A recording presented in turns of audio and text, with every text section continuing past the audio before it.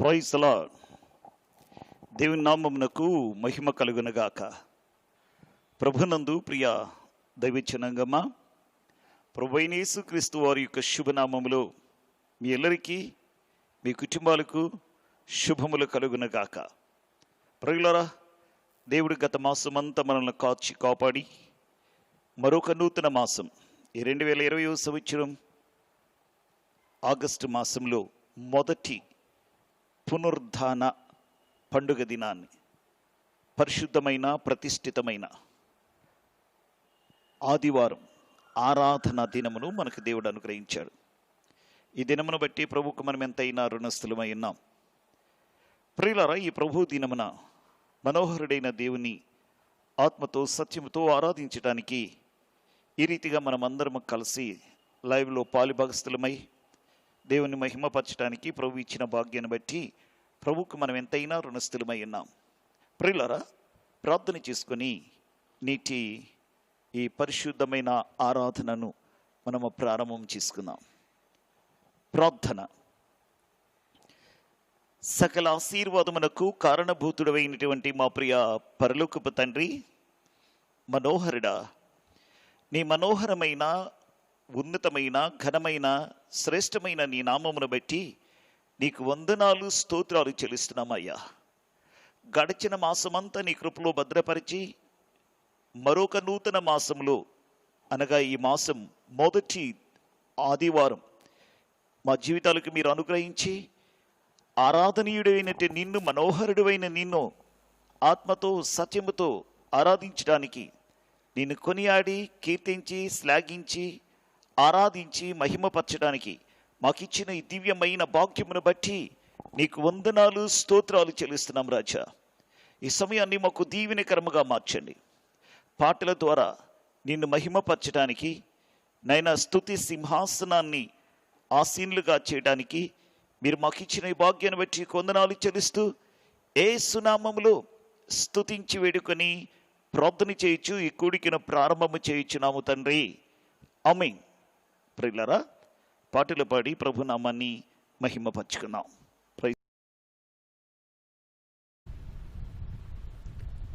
పాటలు పాడి దేవుని నామాన్ని మహిమపరుద్దాం. పాట నంబరు మన పాటల పుస్తకంలోంచి 2వ పాట. అందరు తీసుకోండి, కలిసి దేవుణ్ణి ఘనపరుద్దాం.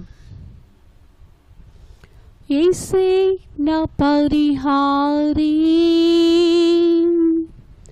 ప్రియ యేసే నా పరిహారీ, నా జీవిత కాలమెల్లా ప్రియ ప్రభువే నా పరిహారీ,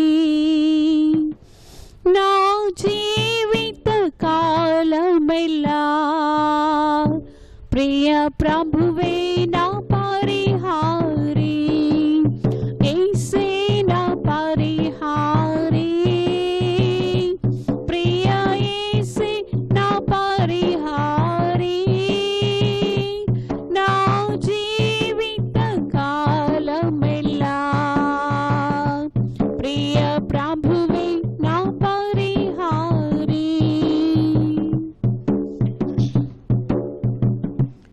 ఇన్ని కష్టాలు కలిగినను, నన్ను కృంగించే బాధలెన్నో, ఇన్ని కష్టాలు కలిగినను, నన్ను కృంగించే బాధలెన్నో, ఇన్ని నష్టాలు వాటిల్లినా ప్రియ ప్రభువే నా పరిహారీ, ఎన్ని నష్టాలు వాటిల్లినా ప్రియ ప్రభువే నా పరిహారీ, యేసే నా పరిహారీ, ప్రియ యేసే నా పరిహారీ, నా జీవిత కాలమెల్లా ప్రియ ప్రభువే నా పరిహారీ. నన్ను సాతాను వెంబడించిన, నన్ను శత్రువు ఎదిరించిన, నన్ను సాతాను వెంబడించిన, నన్ను శత్రువు ఎదిరించిన, పాలు నిందలు నన్ను చుట్టిన, ప్రియ ప్రభువే నా పరిహారి. పాలు నిందలు నన్ను చుట్టిన, ప్రియ ప్రభువే నా పరిహారి. యేసే నా పరిహారి, ప్రియ యేసే నా పరిహారి. నా జీవిత కాలమెల్లా ప్రియ ప్రభువే నా పరిహారి. మణిమాణ్యాలు లేకున్నా, పలు వేదనలు వేధించిన, నరులెల్లరూ నన్ను విడచిన, ప్రియ ప్రభువే నా పరిహారి. నరులెల్లరూ నన్ను విడచిన, ప్రియ ప్రభువే నా పరిహారి. యేసే నా పరిహారి, ప్రియ యేసే నా పరిహారి. నా జీవిత కాలమెల్లా ప్రియ ప్రభువే నా పరిహారి. బహువ్యాధులు నన్ను సోకినా, నాకు శాంతి కరువైనా, బహువ్యాధులు నన్ను సోకినా, నాకు శాంతి కరువైనా, నన్ను శోధకుడు శోధించిన, ప్రియ ప్రభువే నా పరిహారి. నన్ను శోధకుడు శోధించిన, ప్రియ ప్రభువే నా పరిహారి.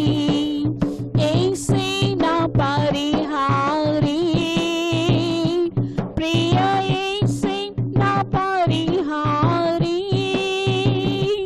నా జీవిత కాలమెల్లా ప్రియ ప్రభువే నా పరిహారి. దేవా నీవే నా ఆధారము, నీకు ప్రేమకు సాటెవ్వరు. దేవా నీవే నా ఆధారము, నీ ప్రేమకు సాటెవ్వరు. నా జీవిత కాలమంతా నిన్నే పాడి స్తుతించెదను.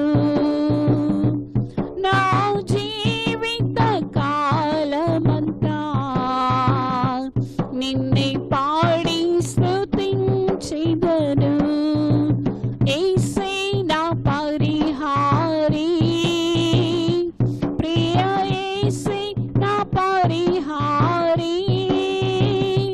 నా జీవిత కాలమెల్లా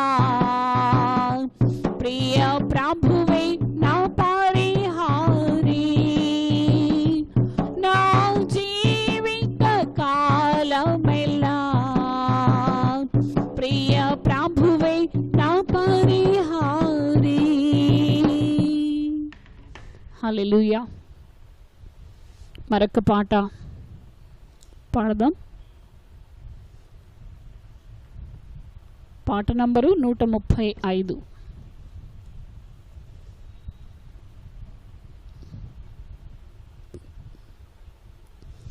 ఆరని ప్రేమ ఇది, ఆర్పజాలని జ్వాల ఇది, ఆరని ప్రేమ ఇది, ఆర్పజాలని జ్వాల ఇది. అతి శ్రేష్టమైనది, అంతమేలేనిది, అవధులేనిది, అక్షయమైన ప్రేమ ఇది. కల్వరి ప్రేమ ఇది, క్రీస్తు కల్వరి ప్రేమ ఇది. కలువరి ప్రేమ ఇది, క్రీస్తు కలువరి ప్రేమ ఇది. ఆరని ప్రేమ ఇది, ఆత్మజాలని జ్వాల ఇది. సింహాసనము నుండి సిలువకు దిగి వచ్చినది, బలమైనది మరణము కన్నా మృతిని గెలిచి లేచినది. సింహాసనము నుండి సిలువకు దిగి వచ్చినది, బలమైనది మరణము కన్నా మృతిని గెలిచి లేచినది.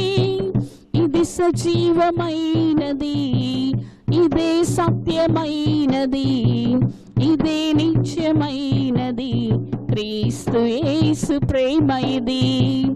ఇది సజీవమైనది, ఇదే సత్యమైనది, ఇదే నిత్యమైనది, క్రీస్తు యేసు ప్రేమ ఇది.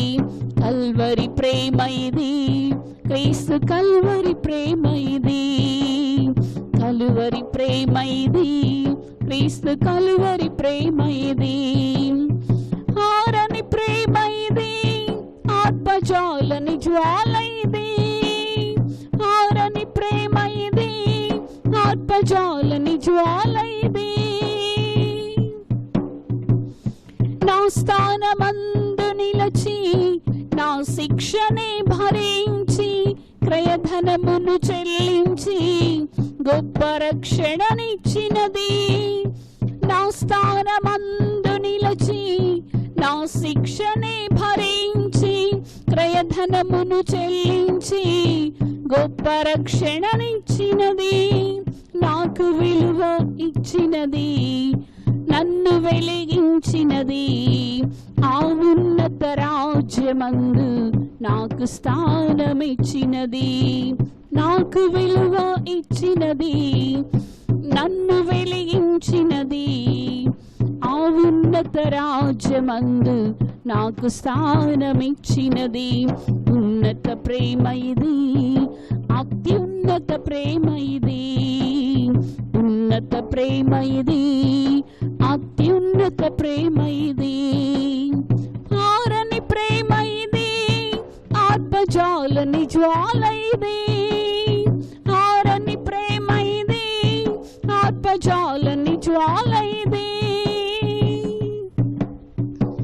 భూరాజులు అధిపతులు, రాజ్యాలు అధికారాలు, చెరైన ఖడ్గమైన కరువైన ఎదురైన.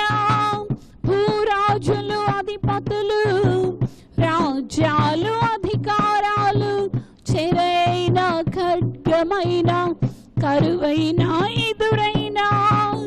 ఎవరు ఆపలేనిది, ఎవరు ఆపలేనిది, ప్రవహించుచున్నది ప్రతి పాపి చింతకు.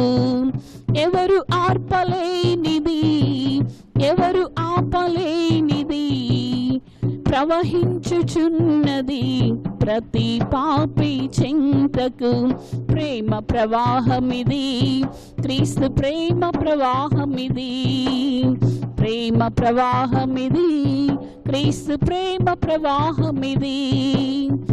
ఆరని ప్రేమ ఇది, ఆత్మజాలని జ్వాల ఇది. ఆరని ప్రేమ ఇది, ఆత్మజాలని జ్వాల ఇది. అతి శ్రేష్టమైనది, అంతమేలేనిది, అవధులేనిది, అక్షయమైన ప్రేమ ఇది. అతి శ్రేష్టమైనది, అంతమేలేనిది, అవధులేనిది, అక్షయమైన ప్రేమ ఇది, కల్వరి ప్రేమ ఇది, క్రీస్తు కల్వరి ప్రేమ ఇది, కల్వరి ప్రేమ ఇది, క్రీస్తు కల్వరి ప్రేమ ఇది, కల్వరి ప్రేమ ఇది, క్రీస్తు కల్వరి ప్రేమ ఇది. హల్లెలూయా. దేవునికి మహిమ కలుగును గాక. మంచిది దేవుని బిడ్డలారా, కొద్ది నిమిషాలు ప్రభుని మహిమపరుద్దాం. ఆరాధించడానికి ముందుగా కొన్ని మాటలు దైవ గ్రంథంలో నుంచి, పరిశుద్ధ బైబిల్ గ్రంథంలో నుంచి కొన్ని మాటలు మనం ధ్యానిస్తూ దేవుని నామాన్ని మహిమపరుద్దాం. చూడండి, అపోస్తుల కార్యముల గ్రంథం 17వ అధ్యాయము 24వ వచనం.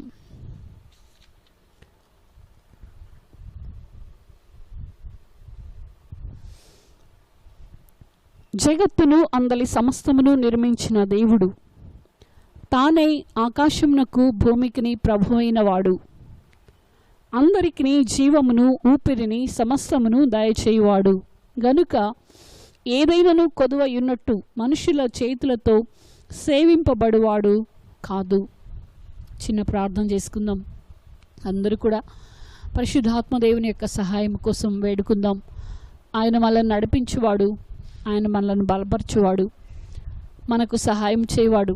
తండ్రిని ఘనపరచడానికి ఆయన సహాయం మనకు ఎంతైనా అవసరం. అందరము దేవుని కృప కోసం ప్రార్థన చేద్దాం. మా ప్రియ పరలోకపు తండ్రి, మా మంచి యేసయ్య, మీ ఘననామానికి లెక్కించి జాలని వందనాలు, స్తోత్రాలు చెల్లిస్తూ ఉన్నాం నాయనా. మీరు మాకు తండ్రిగా దొరికినందుకు, మమ్మను మీ బిడ్డలుగా చేసుకున్నందుకు దేవా కోటానుకోట్లుగా వందనాలు, స్తోత్రాలయ్యా. తండ్రి, ప్రేమించి మాకిచ్చిన ఈ పరిశుద్ధ ఆరాధనా దినాన్ని బట్టి మీకు స్తోత్రాలు నైనా. మీ సన్నిధిలో చేరి సమూహముగా అందరము కలిసి మేము ఆరాధించలేకపోయినప్పటికీ ఇదిగోనైనా ఈ రీతిగా ఆన్లైన్ ద్వారా ఇలాగ మిమ్మల్ని గణపరచడానికి ప్రియ డాడీ మీరు మాకు ఇచ్చినటువంటి ఈ శ్రేష్టమైన సమయాన్ని బట్టి హృదయపూర్వకంగా మిమ్మల్ని మహిమపరుస్తున్నాం నాయనా. డాడీ వందనాలయ్యా. తండ్రి, సమయాన్ని మా కొరకు ఆశీర్వదించండి తండ్రి. చదవబడిన వాక్యాన్ని మీ చేతులకు ఎత్తిపడుతున్నాం. మీ సన్నిధి మా మధ్యలో ఉంచండి ప్రభువా. మీ చిత్తానుసారంగా మమ్మల్ని బలపరచండి నాయనా. తండ్రి, సరి అయిన రీతిలో అవగాహన కలిగి మిమ్మల్ని గ్రహించుకుంటూ హృదయపూర్వకంగా మిమ్మల్ని ఘనపరచడానికి, మీరు కోరుకున్నటువంటి ఆరాధన మేము అర్పించడానికి ప్రియ పరిశుద్ధాత్ముడా దయతో మాకు సహాయము చేయమని ప్రార్థిస్తూ ఉన్నాం. సమయాన్ని మీ చేతులకు ఎత్తిపడుతూ మీ కృపలో మమ్మలను కనికరించమని, శ్రేష్టమైన ఆరాధన మేము అర్పించే భాగ్యము మా ఎల్లరికి ప్రసాదించమని నిరీక్షిస్తున్న వీక్షిస్తున్న ప్రతి బిడ్డను బట్టి మిమ్మల్ని మహిమపరుస్తూ యేసుక్రీస్తు వారి ఘననామంలో స్తుతించి ప్రార్థిస్తున్నాం తండ్రి, ఆమేన్. దేవుని బిడ్డలారా, మీరందరూ బాగున్నారా? దేవుని మహాకృపను బట్టి దేవుడు మనను సజీవులుగా చేశాడు. మే మాసం యొక్క ఆఖరి దినంలోనికి మనల్ని తీసుకొని వచ్చాడు. నిజంగా ఇది ఎంతైనా దేవుని యొక్క మహాకృప. ఇది నాన్న ఈ రీతిగా దేవుని సన్నిధిలో చేరి దేవుని బిడలముగా దేవుని ఘనపరచడానికి దేవుడు మనకిచ్చిన ఈ ధన్యత, ఇది ఎంతైనా ఆశీర్వాదకరమైంది. అందరం కూడా చక్కగా సద్వినియోగం చేసుకుంటూ దేవుని నామాన్ని ఘనపరుద్దాం. దేవునికి మహిమ కలుగునుగాక. హల్లెలూయా. వాక్యాన్ని జాగ్రత్తగా మనం చదువుతున్నప్పుడే ఆలకించాలని నేను నమ్ముతున్నాను. మరొకసారి మనం జ్ఞాపకం చేసుకుందాం. అపోస్తుల కార్యముల గ్రంథం 17వ అధ్యాయము 24వ వచనం. జగత్తును అందలి సమస్తమును నిర్మించిన దేవుడు తానే ఆకాశమునకు భూమికిని ప్రభు అయిన వాడు. జగత్తును అందలి సమస్తమును నిర్మించిన దేవుడు. జగతి లేక ప్రపంచం, మనం చూస్తూ ఉన్న ప్రతిదీ కూడా నిర్మించినవాడు, అందులో ఉన్న సమస్తాన్ని నిర్మించినవాడు. తర్వాత ఆకాశమునకు భూమికి ప్రభువై ఉన్నవాడు. మనము ఎవరిని ఆరాధిస్తున్నాం, ఎలాంటి వారిని ఆరాధిస్తున్నాం, ఆయన ఎవరు, ఆయన ఏమై ఉన్నారు, ఇవన్నీ కూడా మనం ప్రతిసారి జ్ఞాపకం తెచ్చుకోవాలి. ఆయన ఎవరో తెలియకుండా మనం చేసే ఆరాధన గ్రుడ్డి ఆరాధన.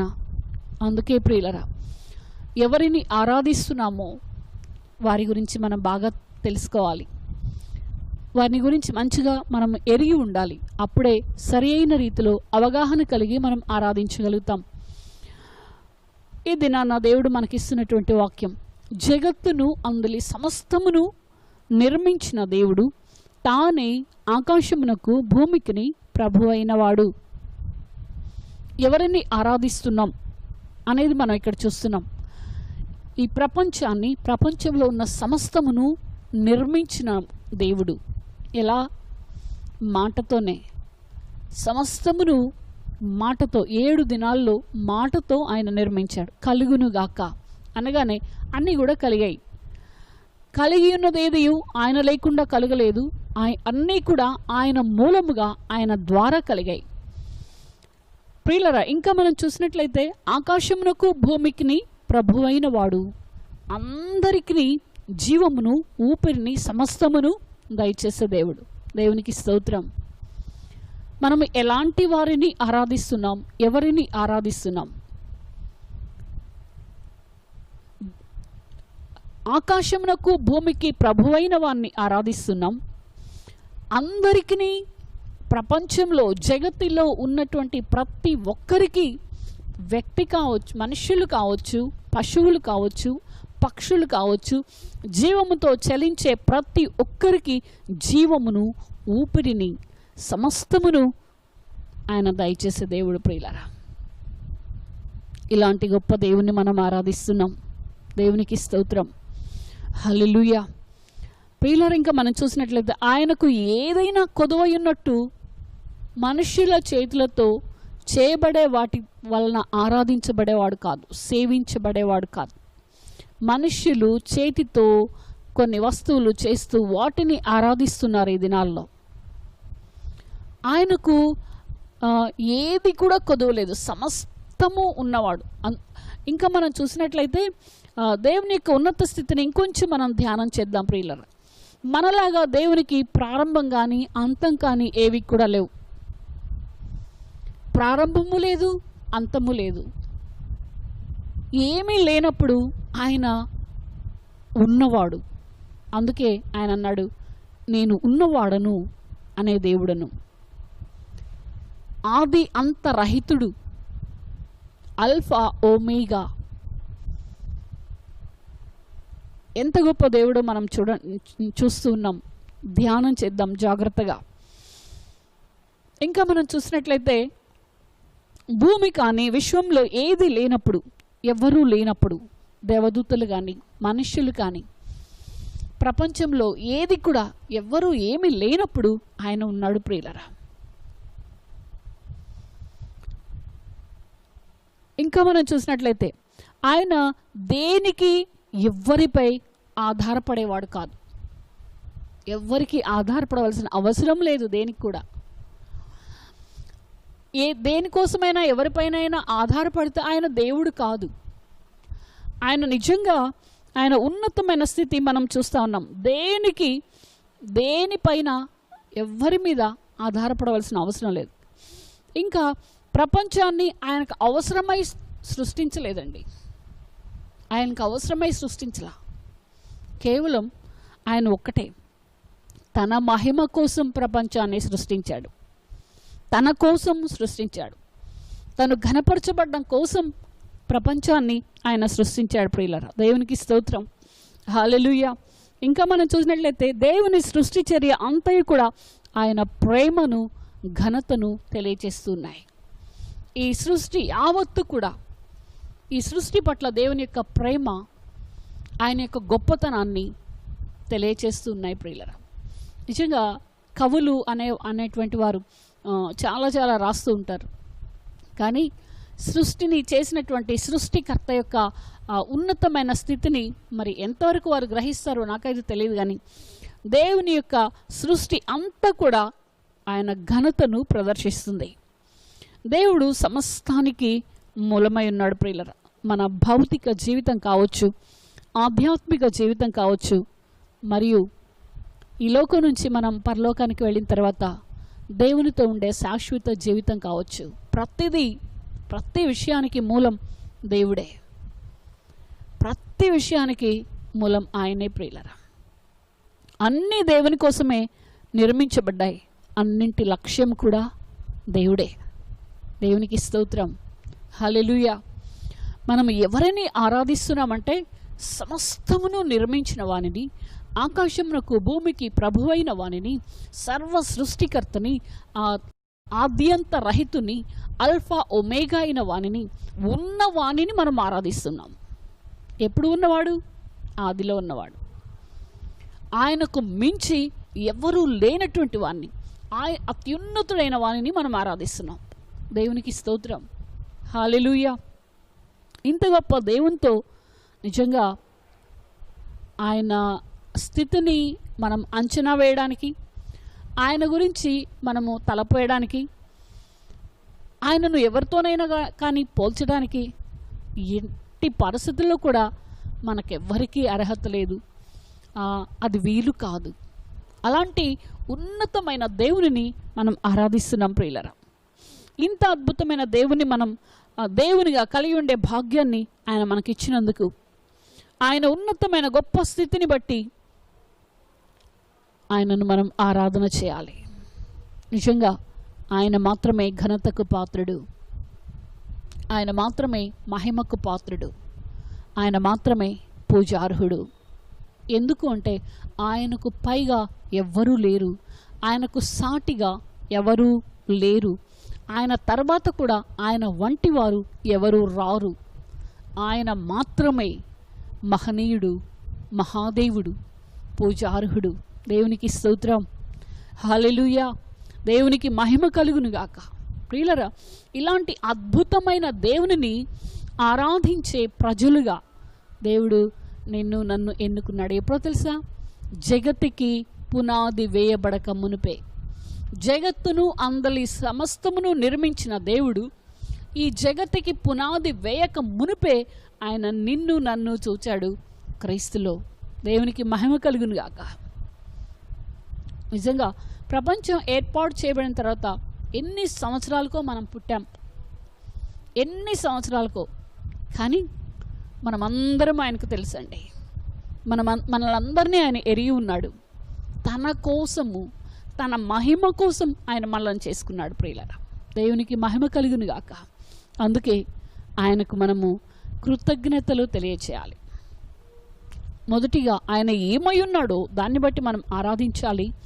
రెండవదిగా ఆయన మనలను ఎలాగా చేశాడు అనేదాన్ని మనం జ్ఞాపకం తెచ్చుకోవాలి.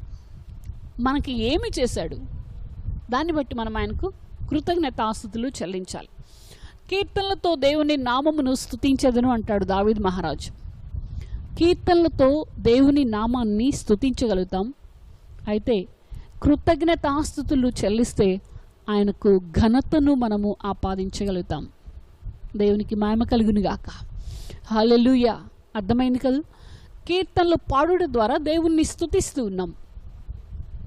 కృతజ్ఞతాస్తుతులు చెల్లించుట ఎలాంటిదంటే ఆయనను ఘనపరచడం. దేవునిని ఘనపరచుట కంటే మనకి ఇంకా అవసరమైనది ఏముందండి? దేవునిని మహిమపరచడం కంటే మన జీవితంలో ప్రాముఖ్యమైనది ఏది కూడా లేదు ప్రియులరా. దేవుడు అంటున్నాడు, నన్ను ఘనపరచు వారిని నేను ఘనపరుస్తాను, నన్ను మహిమపరచు వారిని, నన్ను ఘనపరచు వారిని నేను ఘనపరుస్తాను అంటున్నాడు దేవుడు. కుమారుడైతే తండ్రిని తప్పకుండా ఘనపరుస్తాడు. ఏర్పాటు చేయబడిన దేవుని బిడ్డ, దేవుని కోసం ఎన్నుకొనబడిన బిడ్డ, జగత్తును అందులో సమస్తమును సృష్టించక మునిపై ఆయన నిన్ను తన కోసం చేసుకున్నాడు. నీవు తన వారిగా ఉండాలని, తన సొత్తుగా ఉండాలని, తన బిడ్డగా ఉండాలని, తనను మహిమపరిచే వ్యక్తిగా ఉండాలని తన కోసము మనలను ఆయన ఏర్పాటు చేసుకున్నాడు. నిజంగా ఆయనకు కృతజ్ఞతాస్తుతులు చెల్లించి మనం ఆయనను ఘనపరచవలసిన వారమై ఉన్నాం. ప్రియులరా, మానవుని జీవితం అత్యల్పమైనది. దేవుని యొక్క గొప్పతనం, దేవుని యొక్క అత్యున్నతమైన పరిస్థితి మనం చూసాం ఇప్పటివరకు. అయితే మన జీవితం, మన పరిస్థితులు కూడా ఒక్కసారి ఆలోచన చేద్దాం. అత్యల్పమైంది మానవ జీవితం. యోబు గ్రంథం 25వ అధ్యాయము 6వ వచనంలో మనం చూస్తాం. మరి నిశ్చయముగా పురుగు వంటి మనుష్యుడు, పురుగు వంటి నరుడు. మనుష్యుడు ఎలాంటివాడు అంటే పురుగు వంటివాడు. పురుగు ఇంట్లోకి వస్తే మనం కొంచెంసేపు కూడా ఉండనీయం, దాన్ని తరిమేస్తాం కదండి. ఎంత అల్పమైన జీవితం కదా. నిజంగా నీచమైన హీనమైన జీవితం కలిగిన వాడు మానవుడు ప్రియులారా. ఇలాంటి మానవుని జీవితము అతి అల్పమైనది. దానికి తోడు అతనికి ఉన్నటువంటి భయంకరమైన హీనస్థితి ఏమిటి అంటే బహుఘోరమైన పాపము కలిగిన వాడు. చూడండి, కీర్తన గ్రంథం 25వ కీర్తన 11వ చరణం ఈ విధంగా తెలియజేస్తుంది. యెహోవా నా పాపము బహుఘోరమైనది. యెహోవా నా పాపము బహుఘోరమైనది. దావీదు మహారాజు ఈ వాక్యాన్ని ఈ వాక్యాన్ని బట్టి దేవునితో మాట్లాడుతూ దేవునికి మొరపెట్టుకుంటున్నాడు. అయ్యా, నా పాపము బహుఘోరమైనది, నా పాపము యొక్క స్థితిని దయతో నీ నామములో దానిని క్షమించు అంటున్నాడు. ఘోరమైన పాపం. మనిషేమో పురుగు వంటి వాడు, నీచమైన జీవితం, క్షణమాత్రం ఉండే జీవితం, చాలా స్వల్ప జీవితం. అలాంటి మనిషికి తోడు ఇంకొకటి ఏంటంటే ఘోరమైన దుష్టత్వం, పాపం, మోయలేని పాపం, భరించలేని పాపం, వేదనకరమైన పాపం, నిత్య నాశనంలోనికి తీసుకొని వెళ్ళే పాపం ఘోరమైన స్థితిలో మనిషిని పట్టి పీడిస్తుంది ప్రియులారా. ఇలాంటి భయంకరమైన ఈ పాపము మనిషిని ఎక్కడికి తీసుకొని వెళుతుందంటే కీర్తన గ్రంథం 40వ కీర్తన 2వ చరణంలో మనం చూస్తాం. నాశనకరమైన గుంటలో, జిగటగలిగిన దొంగ ఊబిలో అది తీసుకొని వెళ్తుంది. నాశనకరమైన గుంటలోనికి జిగటగలిగిన దొంగ ఊబి. ఊబి అనేది కనిపించదు, దొంగ ఊబి అంటే ఇంకా ఎలా ఉంటుందో. నిజంగా ఊబిలో కాళ్ళు పెట్టిన వాళ్ళు తిరిగి పైకి రావడం చాలా కష్టం ప్రియులరా. అది నాశనకరమైన గుంటట, ఇంకా జిగటగలిగిన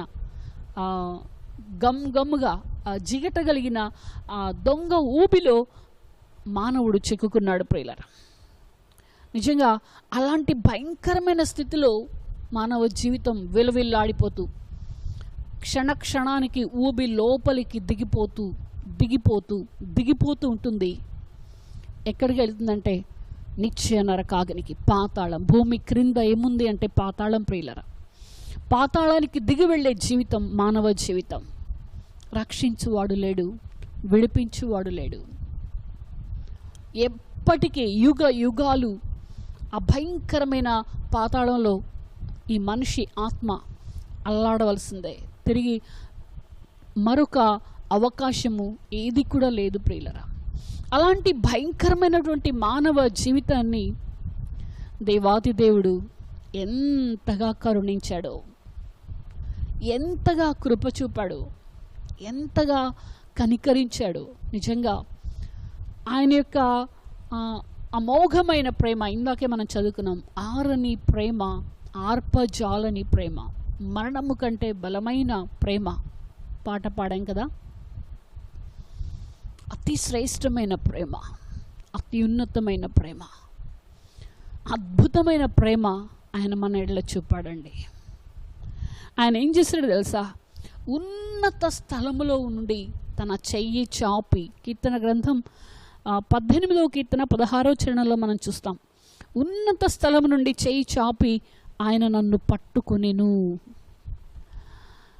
లోపలికి ఆ జిగటగలిగిన ఊబిలోనికి మనం దిగిపోతూ పాతాళం అంచులకు వెళ్ళిపోయినప్పుడు, నరకపు పొలిమేరల్లో దగ్గరకు వెళ్ళిపోతూ ఉన్నప్పుడు ఆయన నిన్ను నన్ను వెతుక్కుంటూ వచ్చాడండి. అందుకే భక్తుడు అంటాడు, వెదకని నాకు దొరికితివి, నన్ను రక్షింపను వెదకితివి అని.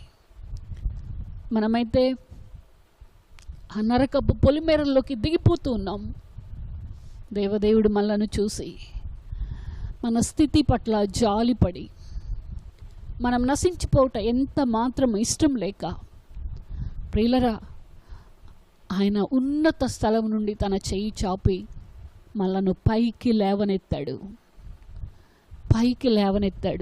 ఇంకా ఏం చేశాడు తెలుసా?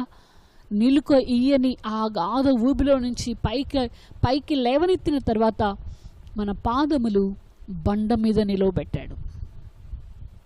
ఎక్కడండి? బండ మీద. బండ అనగా ఏసయ్య మీద మనల్ని నిలబెట్టాడంట. ఎలా ఉన్నాం మనం? మన చుట్టూ బురద, పాపపు బురద, జిగటగలిగిన అసహ్యమైన దుర్వాసన కొడుతున్న పాపపు బురద మనను అంటుకొని నీచమైన స్థితిలో ఉన్నాం. మురుగు కాలువలో పడిపోయిన బాబు పాప ఎవరైనా ఎలా ఉంటారండి? దేహమంతా కూడా భయంకరమైన దుర్వాసన వస్తూ ఉంటుంది, బురదంతా అంటి ఉంటుంది. మానవ జీవితం కూడా అంతే, అంతకంటే నీచమైనది ప్రియులరా. అయితే ఆయనట ఆ స్థితిలో నుంచి లేపి తన మీద మనల్ని నిలవబెట్టాడు. దేవునికి మహిమ కలుగును గాక. హల్లెలూయా. దేవునికి స్తోత్రం. ప్రియులరా, ఈ కార్యము చేయడానికి నిజంగా ఎవరి వల్ల అవుతుందండి? ఎవరు చేయగలుగుతారు? ఎవరు పట్టించుకుంటారు? ఎవరికి అవసరం ఉంది? మానవుని పట్ల దేవుని యొక్క ప్రేమ ప్రణాళిక ఎంత గొప్పదో మనం చూస్తూ ఉన్నాం. దేవుని యొక్క ప్రేమ చూడండి, 1 యోహాను పత్రిక 4వ అధ్యాయము 10వ వచనంలో మనం చూస్తాం. మనము దేవుని ప్రేమించితమని కాదు, తానే మనలను ప్రేమించి మన పాపములకు ప్రాయశ్చిత్తమై ఉండుటకు తన కుమారుని పంపెను. మనము ఆయనను ప్రేమించామని కాదు, లేక మన మీద గొప్పవారమని కాదు, మన వల్ల ఆయనకేదో ఉపయోగం ఉంటుందని కాదు. ప్రియులరా, మనం చాలా అల్పులం. అన్నీ తెలిసి కూడా ఆయన ఏం చేశారంటే మనలను ఆయన ప్రేమించి మన పాపములకు ప్రాయశ్చిత్తం చేయాలని, మన కంటిన బురద నుంచి మనకు విడుదల ఇవ్వాలని, మనకు విమోచన కలుగు చేయాలని, మనకున్న పాపపు స్థితిని విడిపించి మనను పరిశుద్ధులుగా మార్చాలని ఆయన ఎంతగా తనను తాను మన కోసం అర్పించుకున్నాడో మనం ఇక్కడ చూస్తూ ఉన్నాం. మన పాపములకు ప్రాయశ్చిత్తమైనటకు తన కుమారుని పంపెను. కల్వరిలో ఆయన కార్చిన రక్తము ద్వారా, పరిశుద్ధ పావన రక్తం, అమూల్యమైన రక్తం, ఆ రక్తము ద్వారా మన కంటిన బురదనంతటిని కడిగాడండి. నిజంగా క్షారము వలన, ఏ సబ్బు వలన, ఏ డిటర్జెంట్ వలన మనకున్న పాపం పోదు, కానీ అమూల్యమైన రక్తం, పరిశుద్ధమైన రక్తం ద్వారా మాత్రమే మనకున్న పాపపు బురద నుంచి మనకు విడుదల కలిగింది. ఇందుకోసం ఆయన యొక్క త్యాగం, అమరత్వాన్ని విడిచి, ఆయనకున్న ఉన్నతమైన మహిమను విడిచి మన కోసం ఆయన ఈ లోకానికి వచ్చాడు. రిక్తునిగా, శాపమైపోయి, ఏమీ లేనివానిగా, శాపగ్రాహిగా సిలువలో వ్రేలాడి అమూల్యమైన విలువైన తన ప్రాణాన్ని మన కోసం ప్రాయశ్చిత్తం చేశాడు. ప్రియులారా, అందుకే పేతురు భక్తుడు అంటారు, వెండి బంగారముల వంటి క్షయ వస్తువుల చేత మీరు విమోచింపబడలేదు, కానీ అమూల్యమైన వేల కట్టలేని, అందుకే రక్షణ ఇంత అని చెప్పలేనిది ప్రియులరా. రక్షణ ఒకవేళ కొనుక్కోవాలి అంటే మన జీవితాన్ని అమ్ముకున్నా అది మనకు దొరకదు. రక్షణ ఒక వరం. పోయిన వారం మనం జ్ఞాపకం చేసుకున్నాం. కృప ద్వారా యోగ్యత లేని వారికి, అయోగ్యులకు అనుగ్రహించబడిన ఈవి వరం, రక్షణ. ప్రియులరా, కొనుక్కోవాలి అంటే అది దొరికేది కాదు. ఎందుకంటే మనకున్న సర్వము వెచ్చించినా అది మనకు అందదు. అమూల్యమైనది. దేవదేవుని యొక్క విలువైన ప్రాణం అర్పించడం ద్వారా మనకు లభించింది ఆ రక్షణ. అందుకే ఇంత మహోపకారం చేసిన మహనీయునికి, ఇంత కనికరం చూపిన కరుణామయునికి, ఇంతగా మనలను ప్రేమించిన మహోన్నతునికి నిజంగా కృతజ్ఞతలు అర్పించకుండా ఎలా ఉండగలుగుతాం? కృతజ్ఞతాస్తుతులు చెల్లించకుండా ఏ విధంగా మనం ముందుకు నడవగలుగుతాం? ప్రియులరా, దేవుడిని మన నుంచి కోరుతుంది ఒక్కటే, మన నుంచి కృతజ్ఞత. కృతజ్ఞత. అందుకే భక్తుడు అంటాడు, కృతజ్ఞతాస్తుతులతో నేను ఆయనను ఘనపరుస్తా. అవి ఎద్దు కంటెను, కొమ్ములు డెక్కలను కలిగిన కోడి కంటెను అవి ఆయనకు ప్రీతికరమైనవి. ఆయనకు మనం అర్పించే ప్రతి బలి కంటే కూడా కృతజ్ఞత హృదయంతో ఆయనను ఘనపరచడం ఆయనకెంతో ప్రీతిపాత్రమైనది. దయచేసి దేవుని బిడ్డలారా, మనందరం కూడా కన్నులు మూసుకొని మన 2 చేతులు ఆయన వైపు ఎత్తి హృదయపూర్వకంగా మన కోసం ఇంత కృప చూపి ఇంత కార్యం చేసిన ప్రాణనాథునికి కృతజ్ఞతాస్తుతులు చెల్లిద్దాం అందరము కూడా. హల్లెలూయా. తండ్రి స్తోత్రమయ్యా, స్తోత్రమయ్యా, స్తోత్రమయ్యా. జగత్తును అందలి సమస్తమును నిర్మించిన దేవుడవు, ఆకాశమునకు భూమికి ప్రభువైన దేవుడవు, ఆది అంతరహితుడవు, ఉన్నవాడవు అనే దేవుడవు నాయనా. మహనీయుడా, మీకు స్తోత్రాలు. మీ మహిమాన్వితమైన స్థితిని బట్టి మిమ్మల్ని స్తుతిస్తున్నాం నాయనా. మీ మహోన్నతమైన ఉన్నతమైన ఆ ప్రభావమును బట్టి, ఆ స్వరూప దర్శనమును బట్టి మిమ్మల్ని మహిమపరుస్తున్నాం రాజా. మీకు స్తోత్రాలయ్యా. నిజంగా మీరు మాత్రమే దేవుడై ఉన్నారు, మీరు మాత్రమే దేవుడై ఉన్నారు, మీరు మాత్రమే మహిమకు ఘనతకు పాత్రులై ఉన్నారు. మీరు తప్ప మరెవ్వరు కూడా లేరు నాయనా.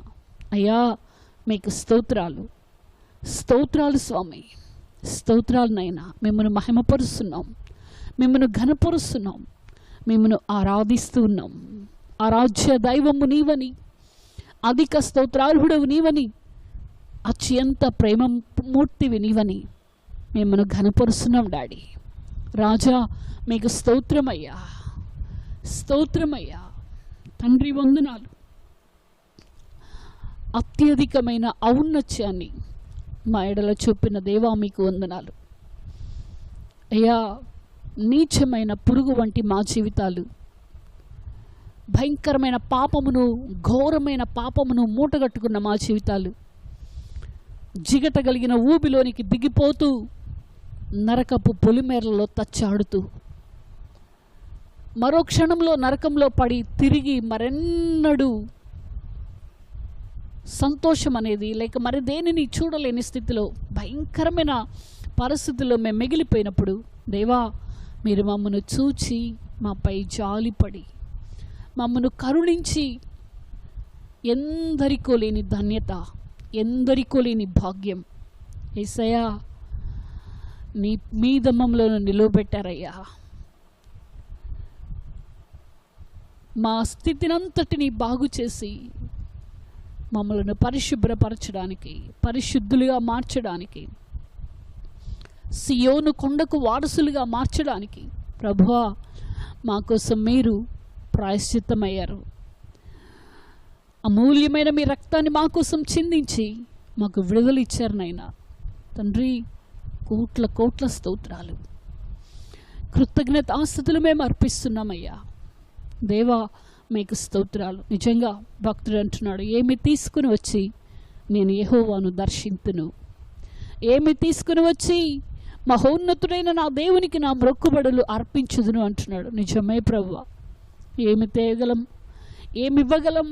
మా జీవితమును అర్పించిన ఈ రక్షణ మేము మా స్వంతంగా మేము తెచ్చుకోలేం, కొనుక్కోలేం. ఉచితముగా నీవిచ్చిన అమూల్యమైన వరమైన ఈ గొప్ప రక్షణను బట్టి అయ్యా నీకు స్తోత్రాలు నాయనా, స్తోత్రాలు నాయనా. కృతజ్ఞతలు నీకు తెలియచేస్తున్నాం రాజా. తండ్రి వందనాలు, వందనాలు రాజా.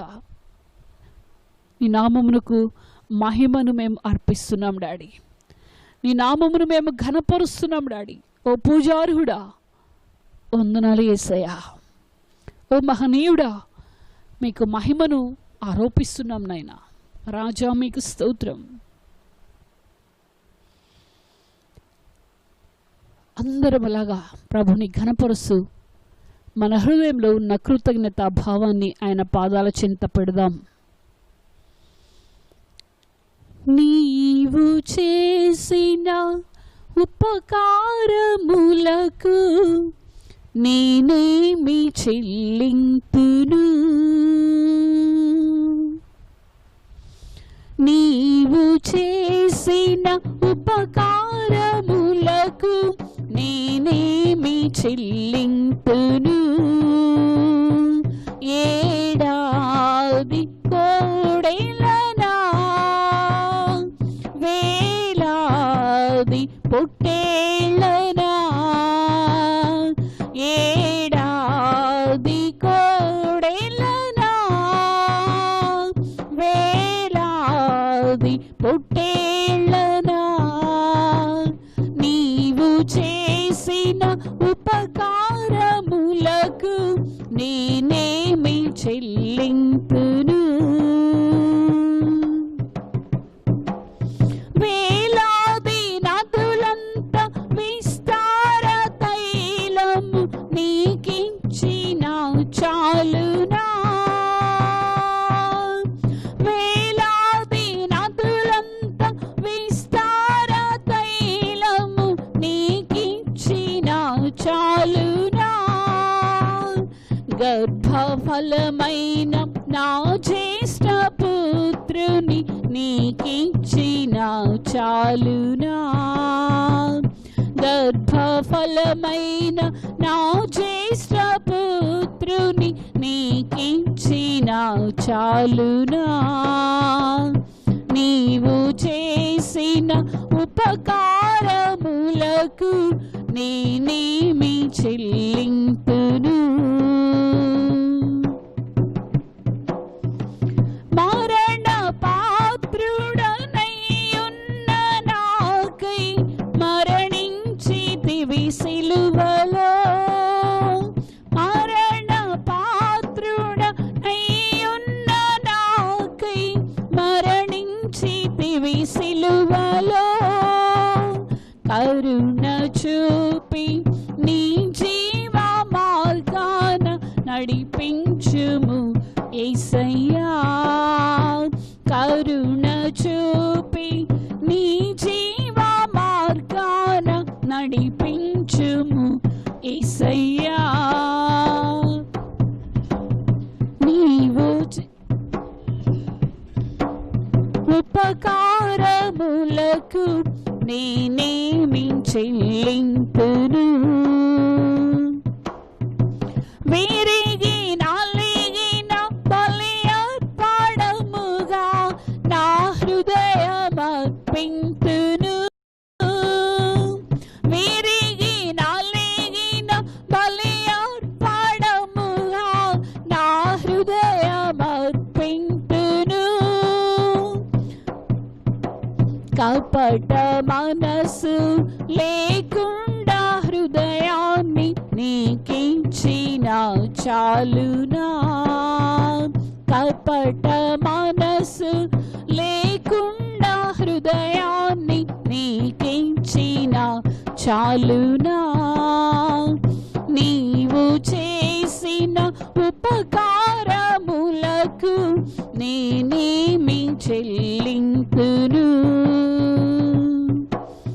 ఈ గొప్ప రక్షణ నాకిచ్చినందుకు నీకేమి చెల్లింతును.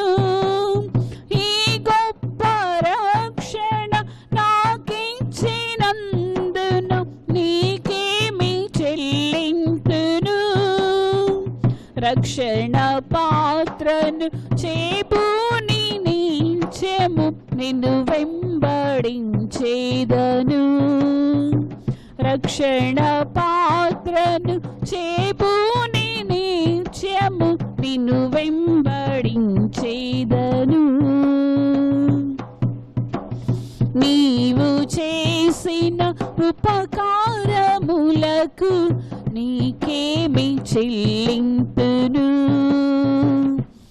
ఏడాది కోడెలనా వేలాది పొట్టేళ్ళనా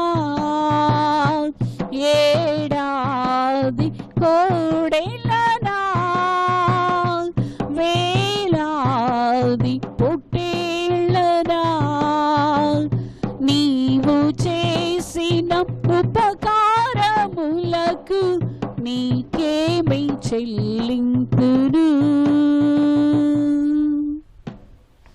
తండ్రి స్తోత్రం నైనా, నిజంగా ఏమివ్వగలం యేసయ్యా. మీరు చేసిన ఉపకారములు, మీరు చూపిన ప్రేమ, మా ఎడల మీకున్న జాలి, మీ తెలియని కనికరం నిజంగా మా జీవితాల్లో మేమెన్నడూ ఊహించలేనివి. యేసయ్యా మీకు వందనాలు స్వామి. మా హృదయపూర్వకంగా మీకు కృతజ్ఞతాస్తుతులు తెలియచేస్తూ ఉన్నాం. మీ పాదాల చెంత మా రక్షణ పాత్రను చేతబుచ్చుకొని ఈ గొప్ప రక్షణ మాకు ఇచ్చినందుకు, ఇంత ప్రేమను మా ఎడల చూపినందుకు, వెలకట్టలేని అమూల్యమైన నీ ప్రాణమును మా కొరకు త్యాగము చేసినందుకు మహనీయుడా, మహారాజా, మా తలలు వంచి మా చేతులు జోడించి మా హృదయపూర్వకంగా మీ పాద సన్నిధిలో మేము సాగిలపడుతున్నాం నైనా. మా రక్షణ పాత్రని తండ్రి, మా కృతజ్ఞత అర్పణ అనే నైవేద్యాన్ని నింపి మీ పాదాల చింత మేము పెడుతుంటుండగా తండ్రి, మీరు అంగీకరించి మహిమ పొందవలసిందిగా ప్రార్థిస్తూ ప్రాధేయపడుతూ యేసుక్రీస్తు వారి అతి శ్రేష్ఠ నామంలో స్తుతించి మహిమపరిచి ఆరాధిస్తున్నాం తండ్రి. ఆమేన్, ఆమేన్. Praise the Lord. ప్రభునందు ప్రియ దేవుని బిడ్డలారా, ప్రభువైన యేసుక్రీస్తు వారి యొక్క శుభనామములో మీ ಎಲ್ಲరికీ, మీ కుటుంబాలకు శుభములు కలుగునగాక. మంచిది ప్రియులారా, దేవుడు మనల్ని ప్రేమించి మనకిచ్చిన ఈ దివ్యమైన భాగ్యములు, ఈ పండుగ దినమున, ఈ మనోహరమైన ప్రతిష్ఠితమైన పవిత్రమైనటువంటి ప్రియులారా ఆరాధన దినాన్ని దేవుడు మనకిచ్చాడు. ఈ దినమున ప్రియులారా, మరి దైవ వాక్య సందేశంలోనికి వెళ్దాం రండి. మన పరిచర్యలో రూతు గ్రంథ ధ్యానములు మనము ధ్యానం చేస్తూ ఉన్నాం. ప్రియులారా, మొదటిగా వాక్యం చదివి ప్రార్థన సహాయమును వేడుకొని ముందుకు సాగుదాం. రూతు గ్రంథం 2వ అధ్యాయం 17వ వచనాన్ని మనం చూస్తే, కాబట్టి ఆమె అస్తమయము వరకు ఆ చేనులు ఏరుకొనొచ్చు, తాను ఏరుకొని దానిని దుళ్ళగొట్టగా అవి దాదాపు తూమెడు యబలాయను. చిన్న ప్రార్థన చేసుకుందాం.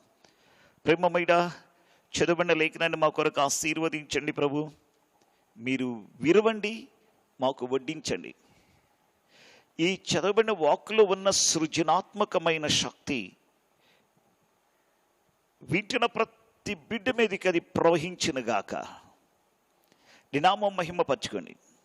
రూతు గ్రంథ ధ్యానాల ద్వారా మీరు మాతో మాట్లాడుచు మమ్మల్ని బలపరచుచున్నందుకు నీకు స్తోత్రాలు. నీ నామం మహిమ పరచుకోండి. ఈ వాక్కును మా జీవితంలో మేలుకరముగా మార్చమని, అలనాడు నీ వాక్కును పంపి నీ ప్రజలను బాగు చేసిన రీతిగా నేటి దినమున కూడా నీ వాక్కును మా మీదికి విడుదల చేసి, నీ వాక్కు ద్వారా మా జీవితాలని బాగు చేసి, నీ రూపంలోనికి మార్చి, నీ రాకడికి మమ్మల్ని ఆయుత్తపరచమని యేసు ప్రభు వారి యొక్క శ్రేష్టమైన ఘనమైన నామములు స్తుతించి వేడుకని ప్రార్థించుచున్నాము తండ్రి. ఆమేన్. ప్రియులారా, దేవుని యొక్క మహాకృపలో రూతు గ్రంథ ధ్యానాలు మనము ధ్యానం చేస్తూ ఉన్నాం. 2వ అధ్యాయము 17వ వచనములో మనం ఉన్నాం. దాదాపుగా ఈ 17వ వచనాన్ని పరిశుద్ధాత్మ దేవుడు ఆశీర్వదించి విరిచి మనకి వడ్డిస్తూ ఉన్నాడు. దాదాపుగా ప్రియులారా, ఈ 17వ వచనాన్ని ఇప్పటికీ 4 వారాల నుంచి మనము ధ్యానం చేస్తూ ఉన్నాం. దానిలో మొదటి భాగముగా మొదటి మాట, ఆమె పనిలో నిలకడగా ఉన్నది, అస్తమయము వరకు నిలిచి ఉన్నది, బోయాజు పొలములో నిలిచి ఉన్నది అనే సత్యాన్ని జ్ఞాపకం తెచ్చుకుంటూ ఆత్మీయంగా మనం ఏ విషయాల్లో నిలకడగా ఉండాలో మనము ధ్యానం చేసే మొదటి వారం. రెండో వారంలో ప్రియులారా మనము చూస్తే ఎవరు నిలబడగలుగుతారు అనే సత్యాన్ని మనము ఆలోచించాం. దాదాపుగా రెండో వారం, మూడో వారం మనం అలా ధ్యానం చేశాం. ఇకపోతే నాలుగో వారంలో ప్రియులారా నిలబడాలంటే మరి మనకు ఉండవలసిన ఆత్మీయ లక్షణాలు, నిలబడటం అంత సామాన్యమైన పని కాదు కదా. మరి నిలబడాలంటే విశ్వాసికి ఉండవలసిన ఆత్మీయ లక్షణాలు ఏమిటో ఆ విషయాలు కూడా ప్రియులారా పరిశుద్ధాత్మ సహాయంతో 4-5 విషయాలు మనము ధ్యానం చేశాం. ప్రియులారా ఈ ఋతు గ్రంథ ధ్యానాలు మన ఆత్మీయ కుటుంబ జీవితాలకు ఆశీర్వాదకరముగా ఉన్నాయని ప్రియులారా ప్రభుని నేను స్తుతిస్తూ ఉన్నాను. ప్రియులారా ఈరోజు కూడా ఈ 2వ అధ్యాయం 17వ వచనంలో మరొక మాట, నిజంగా ప్రియులారా ఈ పరిశుద్ధ బైబిల్ గ్రంథం ఒక వజ్రాల గని లాంటిదండి. అది త్రవ్వే కొందే లోపల ప్రియుల లోతుకి వెళ్ళే కొలది ఆ వజ్రాలు ఒక్కొక్కటి బయటపడుతూ ఉంటాయి. ఒక్క మాట, ఒక్క వచనాన్ని ఇప్పుడు 4 భాగాలుగా 4 పదాలను మనం చూసాం. ఇప్పుడు 5వదిగా ఇంకా నేను త్రవ్వుతూ ఉండగా, అనగా ధ్యానం చేస్తూ ఉండగా పరిశుద్ధాత్ముడు ఇంకా నాకు బయలుపరిచిన సత్యాన్ని మీ ముందు ఉంచాలని నేను ఆశపడుతూ ఉన్నాను. ప్రియులారా మనం చూసినట్లయితే ఈ 2వ అధ్యాయం 17వ వచనంలో ఆ ఆఖరి మాట మనం చూద్దామా. ఆఖరి మాట ఏమందంటే ఆమె చెత్తను దుళ్ళగొట్టగా, అక్కడ మనం చూస్తున్న మాట దుళ్ళగొట్టగా దాదాపు తూమెడు ఎవలాయను. ఒక్కొక్క మాట, ఒక్కొక్క వాక్కులో ఒక్కొక్క పదాన్ని విడమర్చి పరిశుద్ధాత్ముడు మనకి తెలియచేస్తూ ఉన్నాడు. నిజంగా ఎంతైనా మనం రుణస్థులమై ఉన్నాం ప్రియులారా. ఈరోజు ప్రియులారా 5వ వారంలోనికి వచ్చాం. ఈ యొక్క 17వ వచనాన్ని 5 భాగాలుగా, ఆ వచనంలోని 5 అంశాలని పరిశుద్ధాత్ముడు మనకు అందించాడు. ఈరోజు 5వదిగా మనం ధ్యానం చేస్తుంటే అక్కడ పరిశుద్ధాత్ముడు నాకు ఇచ్చినటువంటి ఆ సందేశం ఏంటంటే దుళ్ళగొట్టగా. ఆమె ఆ చెత్తని గింజలను దుళ్ళగొట్టింది, పరిగేరుకున్న తర్వాత ఆ ఏరుకున్న పరిగిని దుళ్ళగొట్టింది. దుళ్ళగొట్టడం అనగా ఇక్కడ గింజలను గడ్డిని వేరు చేయటం, అంతే కదా. మనం పరిగేరుకున్న తర్వాత ఆ గడ్డిని ఏం చేస్తాం, దుళ్ళగొడతాం. కొట్టినప్పుడు గింజలు గడ్డికి గడ్డి, చెత్తకి చెత్త వేరైపోతుంది. అవును కదా. రూతు చేసిన పని ఏంటో తెలుసా? బోయాజు పొలములు వేరు చేసింది. దేన్ని వేరు చేసింది? గింజలను, చెత్తను.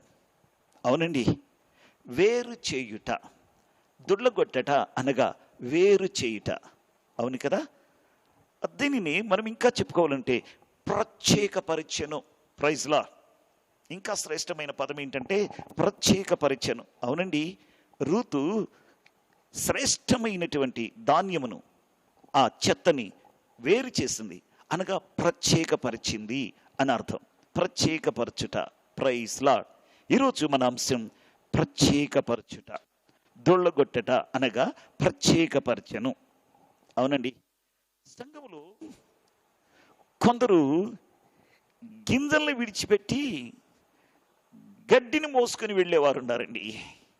ఎంత విచారకరమైన విషయం.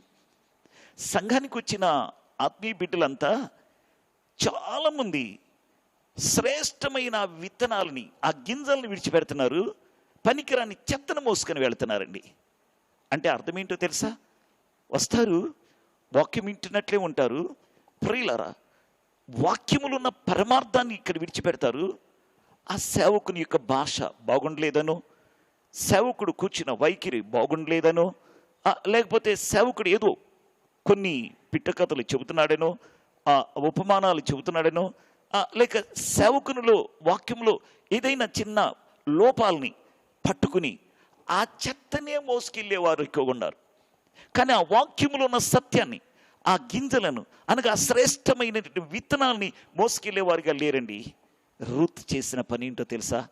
విత్తనాలను మోసుకెళ్ళింది, ఆ గింజల్ని తీసుకొని వెళ్ళింది. శ్రేష్టమైన గింజల్ని మోసుకొని కొట్టింది అనగా ప్రత్యేకపరిచింది. తర్వాత ఏం చేసింది? ఆ శ్రేష్టమైన వాటిని తీసుకెళ్ళింది, చెత్త అంతా అక్కడ విడిచిపెట్టేసింది.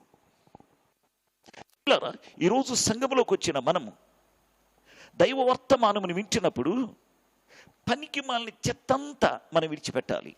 శ్రేష్టమైన గింజలను మాత్రమే మోసుకొని వెళ్ళాలి. అది తీసుకుని వెళ్ళి తన అత్తయ్యకి ఇచ్చింది. ఎంత మంచి శ్రేష్టమైన లక్షణాలని ఆలోచించండి ప్రియులారా. చాలామందిని నేను చూస్తూ ఉన్నాను, ఈరోజు పాస్టర్ గారు ఆ భాషే బాగుండలేదు, పాస్టర్ గారు ఆయన చెప్పిన మాటలు అన్నీ అంతా లోక సంబంధమైనటువంటి మాటలే చెప్పాడు అని రకరకాలుగా ప్రియులారా ఆ కామెంట్స్ చేయటం, విమర్శ చేయటం, ఇది చెత్త తీసుకుని వెళ్ళటం. అంటే శ్రేష్టమైన గింజలనేమో విడిచిపెడుతున్నారు, ఆ వాక్యపు విత్తనాలని విడిచిపెడుతున్నారు, పనికి మనల్ని చెత్తను మాత్రం పోగేసుకుంటున్నారు. రూత్ ఆ పని చేయలేదండి. రూత్ ఏం చేస్తుందో తెలుసా? శ్రేష్టమైన గింజలను మాత్రమే పోగేసుకుంది, వాటిని మాత్రమే మోసుకొని వెళ్ళింది. ఆ పనికి మన చెత్తంతా అక్కడ పడేసింది. అవును ప్రియులారా, మరి నీవెలా ఉన్నావు? పొద్దస్తమానము విమర్శించే వ్యక్తిగా, ఎదుటివారిలో ఉన్న లోపాలు పట్టుకునే వ్యక్తిగా అలాగనే ఉన్నావా? అలాగైతే నువ్వు మందిరానికి వెళుతుంది శ్రేష్టమైన గింజల్ని రూతులాగా మోసుకొని వెళ్ళటానికి కాదు. పనికి మనల్ని చెత్తను పోగు చేసుకుంటున్నావు నీవు, పనికి మనల్ని చెత్తను పోగేసుకుంటున్నావు నీవు. ఆలోచించు ఒకసారి, నీ ఆత్మీయ స్థితి ఎలాగున్నదో. విమర్శించే వ్యక్తిగా నీవు ఉన్నావా? అలాగైతే నువ్వు ఒక చెత్తను పోగేసుకుంటున్నావని అర్థం చేసుకో. పోనీ కొంతమంది దైవ సేవకులు ప్రియులారా, ఏదైనా దైవ సేవకులు ఎలాగున్నారంటే అచ్చంగా చెత్తనే విత్తేవారు లాగున్నారండి. ప్రియులారా, అక్కడ మనం చూస్తుంటే కొన్ని విషయాలు, కొంతమంది దైవ సేవకులు ఏం చేయాలి, గింజలు లేని గడ్డినే విత్తుతూ ఉన్నారు చాలామంది. ఇది చాలా దయనీయమైన పరిస్థితి. అంటే వారు విత్తే వాక్యంలో గింజలు లేవు, శ్రేష్టమైన దైవ వాక్యము ఉంటలా, చెత్తని ఎక్కువగా విత్తుతూ ఉన్నారు. కొందరు ప్రసంగాలు గడ్డి ఎక్కువగా ఉంటుంది. అవునండి, నేటి పరిస్థితిలో మనం చూస్తుంటే కొందరు ప్రసంగికుల జీవితాల్లో ఆ ప్రసంగములు చూస్తుంటే, ఆ వాక్య అనుభవాలు చూస్తుంటే గడ్డే ఎక్కువగా వస్తూ ఉంటుందండి. కానీ రూత్ గడ్డిని విడిచిపెట్టేసింది, గింజల్ని ఎత్తుకొని పోయింది, దొళ్ళగొట్టింది, వేరు చేసింది, ప్రత్యేకపరిచింది. Praise the Lord. ప్రియులారా, రూతు మనకు నేర్పిస్తున్న పాఠం ఏంటంటే ఒక ప్రత్యేకతను మనకు నేర్పిస్తుంది. బోయాజు పొలములో పనివారి వెనుక, కోసేవారి వెనుక పరిగెరుకుంటున్నటువంటి రూతు సాయంత్రం అయ్యేటప్పటికి, అస్తమయం అయ్యేటప్పటికి ఏరుకున్న పరిగిని వేరు చేసింది, గింజలను గడ్డిని వేరుపరిచింది. వేరుపరచుట అంటే ప్రత్యేకపరచుట అని అర్థం.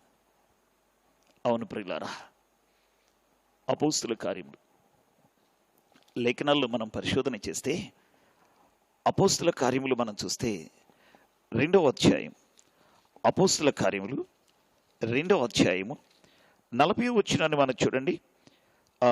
40వ వచనం, ఇంకను అనేకమైన మాటలతో సాక్ష్యమిచ్చి మీరు మూర్ఖులకు ఈ తరము వారికి వేరై రక్షణ పొందుడని వారిని హెచ్చరించెను.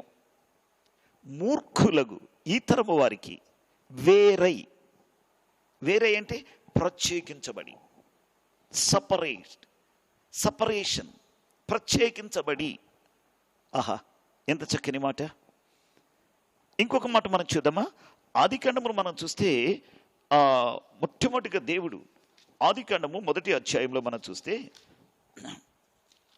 చూడండి, ఆదికాండం 1వ అధ్యాయం 3, 4, 5 వచనం. దేవుడు వెలుగు కమ్మని పలుకగా వెలుగు కలిగెను, వెలుగు మంచిదైనట్టు దేవుడు చూచెను, దేవుడు వెలుగును చీకటిని వేరుపరచెను, ప్రత్యేకపరచాడు.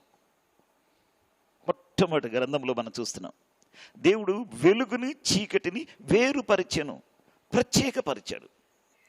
ప్రియులారా, ఇంకా మనం చూస్తే ప్రియులారా, కొరింథీయులకు రాసిన 2వ పత్రిక 6వ అధ్యాయము 14వ వచనం నుండి 18వ వచనం వరకు మనం చూస్తే అక్కడ అంటాడు, ప్రియులారా మీరు వారి నుంచి వేరై, చూడండి, కొరింథీయులకు రాసిన 2వ పత్రిక 6వ అధ్యాయము, 2వ పత్రిక 6వ అధ్యాయము చూడండి 14వ వచనం నుంచి మనం చూడగలిగితే 6వ అధ్యాయం 14వ వచనం నుండి,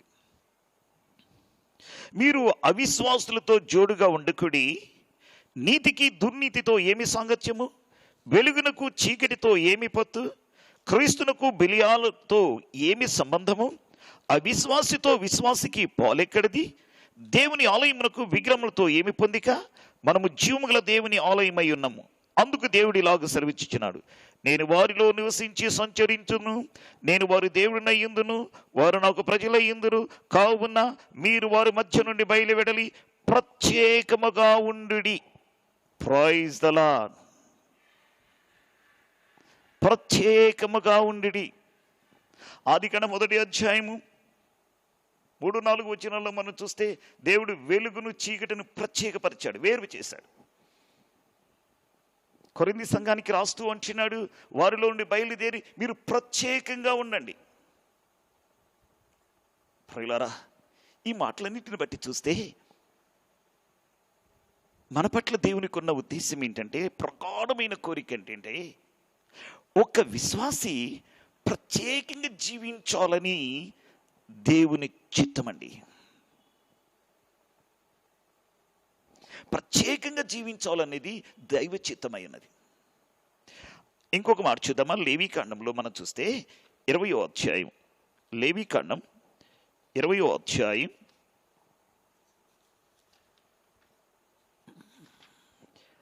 పరిశుద్ధ బైబిల్ గ్రంథంలో నుండి ఆ లేవీకాండం 20వ అధ్యాయం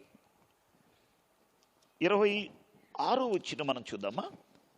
20వ అధ్యాయం 26వ వచనం, యెహోవా అను నేను పరిశుద్ధుడను, మీరు నా వారై ఉండినట్లు అన్యజనులలో నుండి మిమ్మును వేరుపరచితిని. Praise the Lord. అన్యజనులలో నుండి నేను మిమ్మలను వేరుపరచితిని.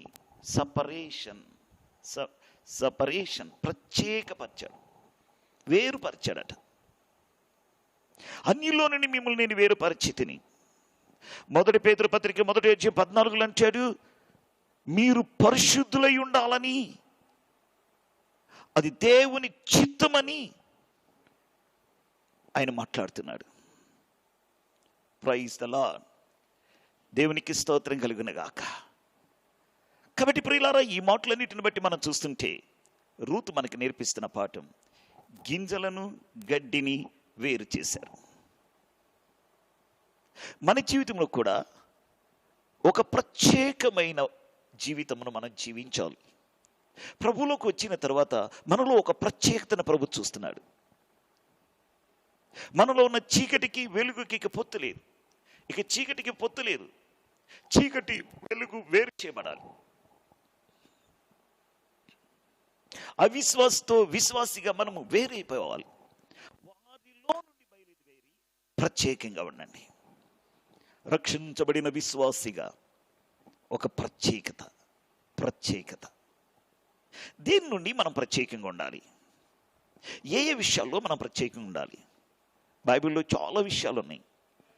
నెంబర్ 1, తెలిసిన ప్రతి పాపం నుండి మనం ప్రత్యేకంగా ఉండాలి. రెండోది, లోక స్నేహము నుండి మనం ప్రత్యేకంగా ఉండాలి. మూడోది, అవిశ్వాసుల నివాస స్థలం నుండి మనం ప్రత్యేకంగా ఉండాలి. నాలుగోదిగా చూస్తే, వివాహ సంబంధాలలో మనం ప్రత్యేకత ఉండాలి. ఒక క్రైస్తవునిగా, ఒక విశ్వాసిగా, ఒక పరిశుద్ధునిగా నీ వివాహం ప్రత్యేకంగా ఉండాలి. లోకస్తుల వలె మన వివాహాలు ఉండకూడదు. లోకస్తుల వలె వివాహ బంధాలు ఉండకూడదు.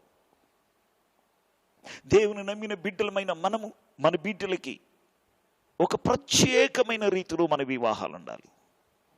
వివాహాల విషయంలో ప్రత్యేకంగా ఉండాలి. తెలిసిన ప్రతి పాపం నుంచి ప్రత్యేకంగా ఉండాలి. లోక స్నేహము నుండి మనం ప్రత్యేకంగా ఉండాలి. అవిశ్వాసుల నివాసం నుండి ప్రత్యేకంగా ఉండాలి. లోక ఆశల నుంచి మనం ప్రత్యేకంగా ఉండాలి. అవిశ్వాసులైన క్రైస్తవ సంఘాల నుంచి కూడా ప్రత్యేకంగా ఉండాలండి. నామకార్థ క్రైస్తవ సంఘాల నుండి నువ్వు ప్రత్యేకించబడాలి. ఎంతకాలం నువ్వు ఆ సంఘాల్లో ఉన్నా నీ జీవితంలో పరిశుద్ధతను పొందుకోలేవు. రక్షించబడి ప్రత్యేకించబడాలంతే. నామకార్థ క్రైస్తవ సంఘాల్లో నుండి కూడా ప్రత్యేకంగా ఉండాలి.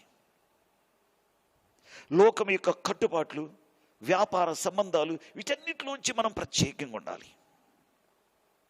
లోక బంధాలు, కులము, మతము, ఆచారాలు, లోక మర్యాదలు, వీటన్నిటి నుండి మనం ప్రత్యేకంగా ఉండాలి. ప్రియులారా, వేరైపోవాలి, తుళ్ళు కొట్టివేయాలి, వేరు చేయబడాలి మన జీవితాలు. ఇంకా మనం చూస్తే బాహ్య అలంకారం నుండి ప్రత్యేకంగా ఉండాలి. విశ్వాసికి తగినట్లుగా ఉండాలి. రక్షించబడిన మన జీవితాలు 1 పేతురు 3:3 మనం చూస్తాం. విశ్వాసుకు తగిన మాదిరి మన అలంకారం, మన బట్టలు. ప్రియులారా, లోకస్తుల వలె ఉండకూడదు. సినీ యాక్టర్ల వలె మనం ఉండకూడదు. టీవీలో యాంకర్ల వలె మనం ఉండకూడదు. మనం ధరించే వస్త్రాలు కూడా ప్రత్యేకంగా ఉండాలి, ప్రత్యేకించబడాలి. రూతు జీవితం మనకు నేర్పిస్తున్న పాఠం. ఆమె ప్రత్యేకపరిచింది, వేరు చేసింది. చెత్త నుండి గింజలను వేరు చేసేసింది. హల్లెలూయా, దేవునికి స్తోత్రం. ఒక్క మాటలో చెప్పాలంటే, దేవుని చిత్తము కాని ప్రతి కార్యము నుండి మనము వేరై ప్రత్యేకంగా ఉండాలండి. దేవుని చిత్తము కాని ప్రతి కార్యము నుండి మనం వేరై ప్రత్యేకంగా ఉండాల్సిందే. Praise the Lord. అది దొల్లగొట్టడం అంటే, అది ప్రత్యేకపరచడం అంటే. ప్రియులారా, ఇవన్నీ మనం ఒక్కొక్కటి ధ్యానం చేస్తే మనకు చాలా సమయం పట్టేటట్లు ఉంది. మెట్టుకు 1-2 మాటలు మీకు జ్ఞాపకం తెచ్చి నేను ఈ మాటలు ముగిస్తాను. తెలిసిన ప్రతి పాపము నుండి విశ్వాసి ప్రత్యేకంగా ఉండాలి. అంటే ప్రియులారా, తెలిసిన ప్రతి పాపము నుండి ప్రత్యేకంగా ఉంటాం. అసలు పాపం అంటే ఏంటి? పాపం అంటే 1 యోహాను పత్రిక 3:4 చూస్తే, ఆజ్ఞను అతిక్రమించుటయే పాపము అని రాయబడింది. ఏంటి ఆజ్ఞ? అపోస్తుల కార్యములు 10:48 ఒక చక్కని ఆజ్ఞ ఉంది. క్రీస్తు యేసు నామములో నువ్వు బాప్తీసమును పొందవలనని ఆజ్ఞాపించాడు దేవుడు. నువ్వు ప్రభువుని నమ్మిన తర్వాత, విశ్వసించిన తర్వాత నువ్వు బాప్తీసమును పొందాలని దేవుడు మనకు ఆజ్ఞ అని బైబిల్ అపోస్తుల కార్యములు 10:48 మనం చూస్తున్నాం. అంటే నువ్వు మందిరానికి వెళుతున్నావు, కానీ ప్రభుని విశ్వసించావు, కానీ ఇంకా నువ్వు బాప్తీసం తీసుకోలేదు. అంటే బాప్తీసం తీసుకోలేదు అని అంటే, పాప క్షమాపణ నిమిత్తం ఇంకా నువ్వు బాప్తీసం తీసుకోలేదంటే నువ్వు పాపంలో ఉన్నావు. నమ్మిన తర్వాత బాప్తీసం పొందాల్సిందే. అది ఆజ్ఞ అతిక్రమమే పాపం అని బైబిల్ మనకు తెలియజేస్తుంది. రెండవది, యాకోబు పత్రిక 4:17 ఏం చెబుతుంది? మేలైనది చేయి నిరిగి, ఆ మేలు చేయకపోవటం కూడా పాపమేనంటండి. పాపం అనగా ఆజ్ఞాతిక్రమమే పాపం. రెండవది, మేలైనది చేయి నిరిగి అది చేయకపోవటం కూడా పాపమే. మూడోది, 1 యోహాను పత్రిక 2:9 మనం చూస్తే, ఇతరులను ద్వేషించడం కూడా పాపమే. అట్టి పాపం నుంచి మనం వేరుగా ఉండాలి, ప్రత్యేకంగా ఉండాలి. నాలుగోదిగా మనం చూస్తే 1 సమూయేలు గ్రంథం 12:23 చూస్తే, విజ్ఞాపన చేయకపోవటం కూడా పాపమే. ప్రవక్త అయిన సమూయేలు అంటాడు, నా మట్టుకైతే నేను ఇతరుల గురించి విజ్ఞాపన చేయకపోయినట్లయితే పరమందున్న దేవుని దృష్టికి నేను పాపము చేసిన వాడిని అవుతాను. అంటే నశించిపోతున్న ఆత్మల కోసం, ఇతరుల యొక్క క్షేమం కోసం నువ్వు విజ్ఞాపన చేయకపోవటం కూడా, అది కూడా పాపమేనట. దైవ సన్నిధిలో నియమ కూడికలకు, విజ్ఞాపనలకు వెళ్లకుండా, అవకాశాలుండి కూడా వెళ్ళక నువ్వు నెగ్లెక్ట్ చేస్తే అది పాపం చేసిన వ్యక్తివి. ఆ తెలిసిన ప్రతి పాపము నుండి నువ్వు ప్రత్యేకంగా ఉండాలి. ఐదవదిగా చూస్తే 1 తిమోతి 2 మొదటి వచనంలో చూస్తే మనుషులందరి కొరకు మనం ప్రార్థన చేయాలి. అలా చేయకపోవటం కూడా పాపమే. ఇంకా మనం చూస్తే ఐదవదిగా మలాకీ గ్రంథం 3వ అధ్యాయం 10వ వచనం చూస్తే దశమ భాగం ఇవ్వకపోవటం కూడా పాపమే అని రాయబడింది. ఒకవేళ నువ్వు అనుకున్నావు నీకు వచ్చిన జీతంలోనూ నువ్వు సంపాదించిన ఆస్తిలోనూ దశమ భాగం నేను ఇస్తున్నానయ్యా అని మీరు అనొచ్చు. అంత మాత్రమే కాదు, దేవుడు ఒక దినాన్ని నీకు ఇచ్చాడు, 24 గంటలు సమయం నీకు ఇచ్చాడు. 24 గంటల సమయంలో నీకు ఇచ్చాడు. నీకు ఇచ్చిన సమయంలో నువ్వు ఎంత దేవునికి తీస్తున్నావు? ఎంత సమయాన్ని దేవుని సన్నిధిలో నువ్వు ఉపయోగిస్తున్నావు? ఎంత సమయం దేవునితో నువ్వు గడుపుతున్నావు? అంటే దేవుడు 24 గంటల సమయం నీకు ఇస్తే 24 గంటల సమయం, ఒక రోజులో 24 గంటల్లో దశమ భాగమైన కనీసం నీవు ఇవ్వాలి. కనీసం దశమ భాగం 2 గంటల 40 నిమిషాలు నువ్వు ప్రభుతో గడపాలి. రోజంతట్లో గడుపుతున్నావా? బిజీ ఉదయం లేచిన దగ్గర నుంచి నీ పని పాటలు, నీ వ్యాపారాలు, నీ ఉద్యోగాలు, నీ బిడ్డలు, నీ కుటుంబము, పరుగులు ఉరుకులు పరుగులే. కానీ దేవునితో ప్రశాంతంగా గడుపుతున్న సమయం ఉన్నదా? దినమునకు ఎంత సమయం దేవునితో గడుపుతున్నావు? కనీసం 3 గంటల సమయం అయినా దేవునితో నువ్వు గడపగలుగుతున్నావా? ఆలోచించండి. అలా గడపకపోతే అది పాపమే. అందుకే తెలిసిన ప్రతి పాపము నుండి మనము ప్రత్యేకంగా ఉండాలి. ప్రియ విశ్వాసి, ఒకవేళ నీవు చిన్న జీతంలో నువ్వు దశమ భాగం ఇవ్వచ్చు, సంపాదించిన దశమ భాగం ఇస్తున్నానయ్య నువ్వు అనొచ్చు. కానీ ఇక్కడ దేవుడు నిన్ను అడుగుతున్నాడు, నీకు ఇచ్చిన సమయంలో ఎంత సమయం దేవునికి ఇస్తున్నావు? మళ్ళా ఎంత సమయం దేవుని దగ్గర నువ్వు గడుపుతున్నావు? అది నిన్ను అడుగుతున్నాడు. ఆలోచించు. ఇంకా మనం చూస్తే ప్రియులారా, 1 యోహాను పత్రిక 5:17 సకల దుర్నీతియు పాపమే, నీతి కానిదంతా దుర్నీతి, అదంతా పాపమే. అటు పాపం నుంచి మనము ప్రత్యేకంగా ఉండాల్సింది. నీతికి దుర్నీతికి ఏమి సాంగత్యము? ప్రత్యేకంగా ఉండాల్సింది మనం. ఇంకా కీర్తన 19:13 చరణంలో మనం చూస్తే దురాభిమానము కూడా పాపమేనని బైబిల్ చెబుతుంది. అంటే అభిమానం ఎక్కువ అయిపోవటం, దురాభిమానం, అది కూడా పాపమే. ఆలోచించండి. ఇలాంటి వాటన్నిటిలో నుండి మనం ప్రత్యేకించబడాలి. అటు దొల్లగొట్టేయాలి. ఆజ్ఞాతిక్రమమును దొల్లగొట్టేసేయాలి. ఇతరులను ద్వేషించడం దొల్లగొట్టేయాలి, ప్రత్యేకపరచాలి. ఈ విషయాలన్నిటిలో మనం ప్రత్యేకంగా ఉండాలి.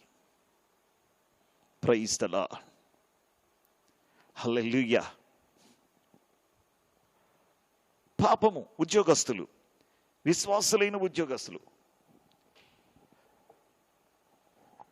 రక్షించబడిన ఒక విశ్వాసిగా నువ్వు జాబ్ చేస్తున్నట్లయితే, నువ్వు పనిచేసే ఆఫీసులో గవర్నమెంట్ వస్తువులు ఇంటికి తెస్తున్నావేమో ఆలోచించు. ఆ గవర్నమెంట్ పేపర్, ఆఫీసులో ఉన్న పేపర్ కావచ్చు. కొంతమంది హాస్పిటల్లో పనిచేస్తూ హాస్పిటల్లోని మెడిసిన్ ఇంటికి తెచ్చుకుంటూ ఉంటారు. కొంతమంది అంగన్వాడీ టీచర్స్, ప్రియుల అంగన్వాడీ యొక్క వస్తువులన్నీ అక్కడిచ్చే పప్పు, నూనె, గుడ్లు, పిండి పిల్లలకు పెట్టమని ఇస్తే వాటిని ఇంటికి తెచ్చుకొని తమ బంధువులకు పంపించేవారు ఉన్నారు. లేరంటారా? ఆలోచించండి. అది పాపము కాదా? దాని నుంచి మనం ప్రత్యేకంగా ఉండాలి. నువ్వు ప్రభువుని నమ్మిన బిడ్డగా వాటన్నిటిని దొల్లగొట్టేయాలి. మన జీవితంలో ఉండకూడదు. కొంతమంది టీచర్స్, ఉపాధ్యాయులు ప్రభువుని నమ్ముకున్న వారే. స్కూల్లో పిల్లలు ఉండరు, కానీ అటెండెన్స్ మాత్రం బాగుంటుంది. నేను ఒకసారి ఒక టీచర్, ఆయన బోధకుడు, ఖాళీ టైంలో సువార్త చెబుతాడు. నేను ఆ స్కూల్లోకి వెళ్ళాను ఒకరోజు.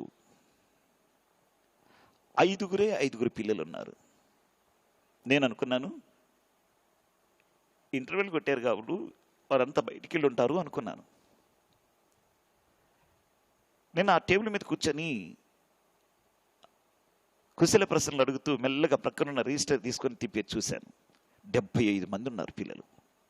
అటెండెన్స్ 75 మందికి వేసింది. ఆ స్కూల్లో చూస్తే 5గురే ఉన్నారు.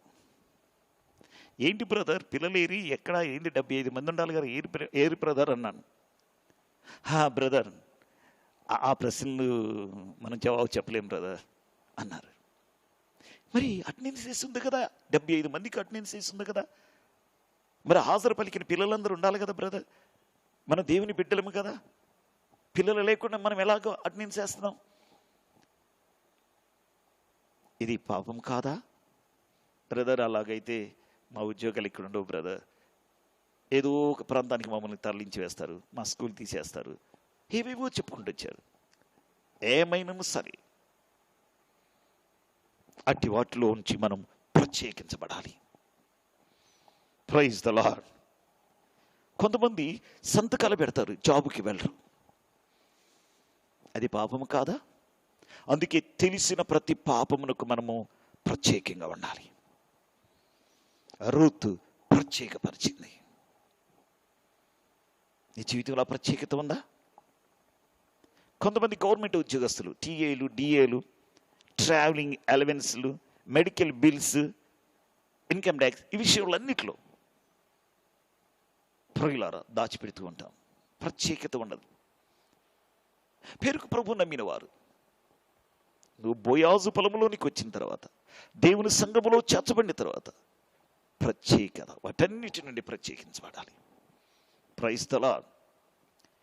విద్యార్థులను చూస్తే రక్షించబడిన వారే, రక్షించబడిన విద్యార్థులు సపరేషన్ కావాల్సిందే, ప్రత్యేకపరచబడాల్సిందే.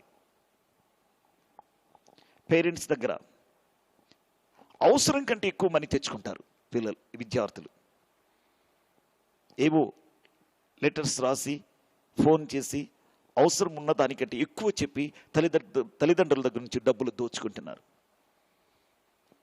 ఓ విద్యార్థి, ఇది మనకు తగునా? రక్షించబడిన బిడ్డగా నీకు ఒక ప్రత్యేకత ఉన్నదా? ప్రోగ్రెస్ కార్డులు ఇస్తే పేరెంట్స్ చేత, తల్లిదండ్రుల చేత సంతకం పెట్టించే దగ్గర వీరే సంతకాలు పెట్టి ఆ ప్రోగ్రెస్ కార్డు తల్లిదండ్రులు చూపించకుండా తీసుకుని వెళ్ళి మరలా స్కూల్లో ఇచ్చేవారు ఉన్నారు. ఇది దొంగతనం కాదా? ఇది పాపం కాదా? పాపం అని తెలియట్లేదా నీకు? రక్షించబడిన తరువాత మనం ప్రత్యేకంగా ఉండాలి. బోయాజు పొలంలోనికి వచ్చిన తర్వాత ప్రత్యేకంగా ఉండాల్సిందే. ఆమేన్. దేవునికి స్తోత్రం. కొంతమంది కాలేజీలో హాస్టల్ సెక్రటరీగా పనిచేస్తూ ఉంటారు. ఆ ప్రొవిజన్స్ విషయంలో అంత ఫ్రాడ్. నేను లా చదివేటప్పుడు మా హాస్టల్కి మా వార్డెన్ గారు నన్ను రిక్వెస్ట్ చేశాడు. సారీ అండి, నా వల్ల కాదు, నేను అలా ఉండలేను, నేను చేయలేనంటే ఈ ఒక్క మాసానికి మీరు ఉండండి నేను చెప్పి రిక్వెస్ట్ చేశారు. ప్రియులారా, నేను ప్రొవిజన్స్ కోసం వెళ్ళాను. 2వ రోజు అంతా కళ్ళు తిరిగిపోయే భయంకరమైన పరిస్థితులు. ఆ ఆటో అతను అంటున్నాడు, రైస్ బ్యాగ్స్ తీసుకొస్తుంటే, సార్ ఎన్ని వేయమంటారు ఇక్కడ అంటున్నారు. ఏంటి వేసేది ఏంటి, ఎక్కడ వేయాలి, హాస్టల్కి తీసుకుపోతాయా అన్నాను. కాదండి, మీరు క్రొత్త కదా అని అంటున్నారు. అవును క్రొత్తే, అయితే ప్రతి నెలలో ఉన్న సెక్రటరీలు ఆ బ్యాగులు 2-3 బ్యాగులు ప్రక్కన వేస్తారంట హాస్టల్కి వెళ్ళకుండానే. బా, ఎంత దారుణమండి, ఎంత మోసం అది. ఇలాగ చెప్పుకుంటూ పోతే అంత అక్రమమే. ప్రత్యేకత ఉందా నీకు? రక్షించబడిన నీ జీవితంలో ప్రత్యేకత ఉందా? విశ్వాసులని పేరే కానీ అన్ని పాపాలే ప్రియులారా. కరెంటు మీటర్ ఉంటుంది, మీటర్ తప్పించి ప్రియులరా కరెంటు వాడుకుంటూ ఉంటారు. పేరేమో క్రైస్తవుడు. ప్రత్యేకతేనా ఇది? వేరు చేయబడ్డావా నీవు? కొంతమంది శుభకార్యాలకి బహిరంగంగా కరెంటు స్తంభాల మీద లైన్లు వేసి కరెంట్లు అవుతున్నారు. లోకస్తులకి మనకి తేడా ఏంటి? ఒకసారి నేను ఓ పబ్లిక్ మీటింగ్ పిలువబడ్డాను. దేదీప్యమానమైనటువంటి ఎల్ఈడి లైట్లు, చాలా మెక్యూరీ బల్బులు పెట్టి దేదీప్యమానంగా గ్రౌండ్ అంతా ఫుల్. నేను ఇక్కడైనా జనరేటర్ ఉందేమో చూశాను, జనరేటర్ ఏం కనపడలేదు, సౌండ్ లేదు. మెల్లగా నా టైం వచ్చింది, నన్ను వాక్యం చెప్పడానికి ఆహ్వానించారు. నేను వెళ్ళాను స్టేజ్ మీదకి. ఆ సభని నిర్వహిస్తున్న కన్వీనర్ని పిలిచాను. బ్రదర్, జనరేటర్ ఉన్నదా అన్నాను. లేదన్నా అన్నారు. ఇంత దేదీప్యమానమైన ఫుల్ లైటింగ్ ఇదంతా చాలా బాగుంది బ్రదర్, గ్రౌండ్ అంతా కవర్ చేసింది, బాగుంది, చక్కగా అరేంజ్మెంట్ చేశారు. అయితే మీటర్ పెట్టారా? ప్రభుత్వానికి డీడీ తీశారా? గవర్నమెంట్కి డీడీ కట్టారా? డీడీ కట్టి ఈ కరెంటు వేశారా? ఎలా చేశారని? లేదు బ్రదర్, మామూలుగా స్తంభానికి వేసాం యథాప్రకారంగా అంటున్నారు. ఎంత దారుణమో చూడండి. సేవకులు ప్రత్యేకత ఉందా? సపరేషన్ చేయబడ్డామా? దొళ్ళగొట్టబడ్డామా? మనం ఆలోచన చేయండి. నేను అంతే స్టన్ అయిపోయాను. అంతే నిలబడి, బ్రదర్ ఒక క్రొవ్వు తిరిగించి ఇక్కడ పెట్టండి, నేను వాక్యం చెబుతాను. ఆ దొంగ కరెంటు వేసుకొని మనం డీడీ కట్టకుండా దొంగతనంగా దర్జాగా వాడుకుంటూ ఎలాగ నీతిని బోధిద్దాం? నీతిమంతుడైన క్రీస్తుని మనం ఎలాగ ప్రకటిద్దాం? ముందు అది తీసేయండి, క్రొవ్వు తెలిగించండి అని చెప్పి క్రొవ్వు తెలిగించి వాక్యం చెప్పాను. డీడీ కట్టాలి. ఈరోజు ఆ పని లేదండి సేవకులకి. ప్రత్యేకత లేదు ఈనాడు సేవకుల్లో. రూతు ప్రత్యేకంగా ఉంది, ప్రత్యేకపరిచింది. నీ జీవితంలో ప్రత్యేకపరచబడ్డావా? సేవకులారా, ఈ మాటలు వింటుంటే ఒకవేళ మన జీవితంలో ప్రత్యేకత ఉందా? నువ్వు పెట్టే మీటింగ్లో ప్రత్యేకత ఉందా? సపరేషన్ ఉందా? ఎంత విచారకరమైన విషయం. ప్రియులారా, విశ్వాసులే తప్పుడు తూనికలు, కల్తీలు కలపటం వ్యాపారంలో. ఆదివారం వచ్చేటప్పటికేమో దైవ సన్నిధిలో పరిశుద్ధుల్లాగా కూర్చోటం. ఎంత దారుణమండి. నీ వ్యాపారంలో ప్రత్యేకత ఉందా? ప్రత్యేకపరచబడ్డావా? ఆలోచన చేయండి. కొంతమంది విశ్వాసులు నేను ఎరుగుతున్నాను, ఇంట్లో వచ్చిన రైస్ అమ్ముకొని ప్రియులారా బట్ల చీరలు తెచ్చుకునే తల్లుని నేను ఎరుగుతాను. పురిలో ధాన్యం తీసి అమ్మి ప్రియులారా చీరలు తెచ్చుకునేటువంటి తల్లులు నేను ఎరుగుతాను. విశ్వాసులే ఇక్కడికి వచ్చి ప్రత్యేక దేవదూతలాగా కనపడతారు మందిరాల్లో. ఇది ప్రత్యేకతేనా? రూత్ గింజలను గడ్డిని వేరుపరిచింది. గింజలను గడ్డిని వేరుపరిచింది. ప్రత్యేకపరచబడాలంతే. Praise the Lord. కొంతమంది విశ్వాసులు అన్ని బాగున్నప్పుడు బాగానే ఉంటాం, సమస్య వచ్చినప్పుడే మనలో ప్రత్యేకత తెలియదు. ఓట్ల ఎలక్షన్ వస్తే దొంగ ఓట్లు వేయటం ప్రత్యేకతేనా? అది ఆలోచించండి. ఓ విశ్వాసి, నువ్వు ప్రత్యేకించబడ్డావా? నువ్వు దుళ్ళగొట్టబడ్డావా? చెత్తంతా ప్రత్యేకించబడ్డదా? నీలో ఉన్న చెత్తంతా, తెలిసిన ప్రతి పాపం అనే చెత్త దుళ్ళగొట్టబడ్డదా? ప్రత్యేకించబడ్డావా? విశ్వాసులే కానీ ఇంకా సినిమాలు చూసేవారు. ఎంత దారుణమండి. విశ్వాసులే దేవుని గురించి మాట్లాడమంటే గంటలు గంటలు మాట్లాడతారు, ఎన్నో నీతి మాటలు చెబుతారు, కాపీలు పెట్టి పరీక్షలు రాసేవారు. ఇది ప్రత్యేకిత పడ్డావా? దొళ్ళగొట్టబడ్డావా నీ జీవితంలో?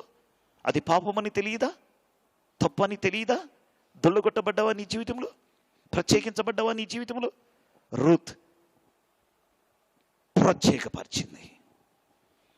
ఈరోజు పరిశుద్ధాత్మ దేవుడు మనతో మాట్లాడుచున్నాడు.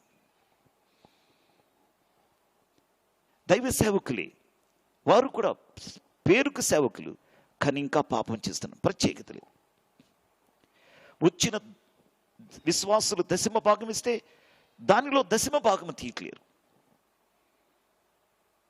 ప్రత్యేకతేనా నీకు విశ్వాసకి తేడా ఏమున్నది? దైవ సేవకులే, దేవుడు విశ్వాసుల ద్వారా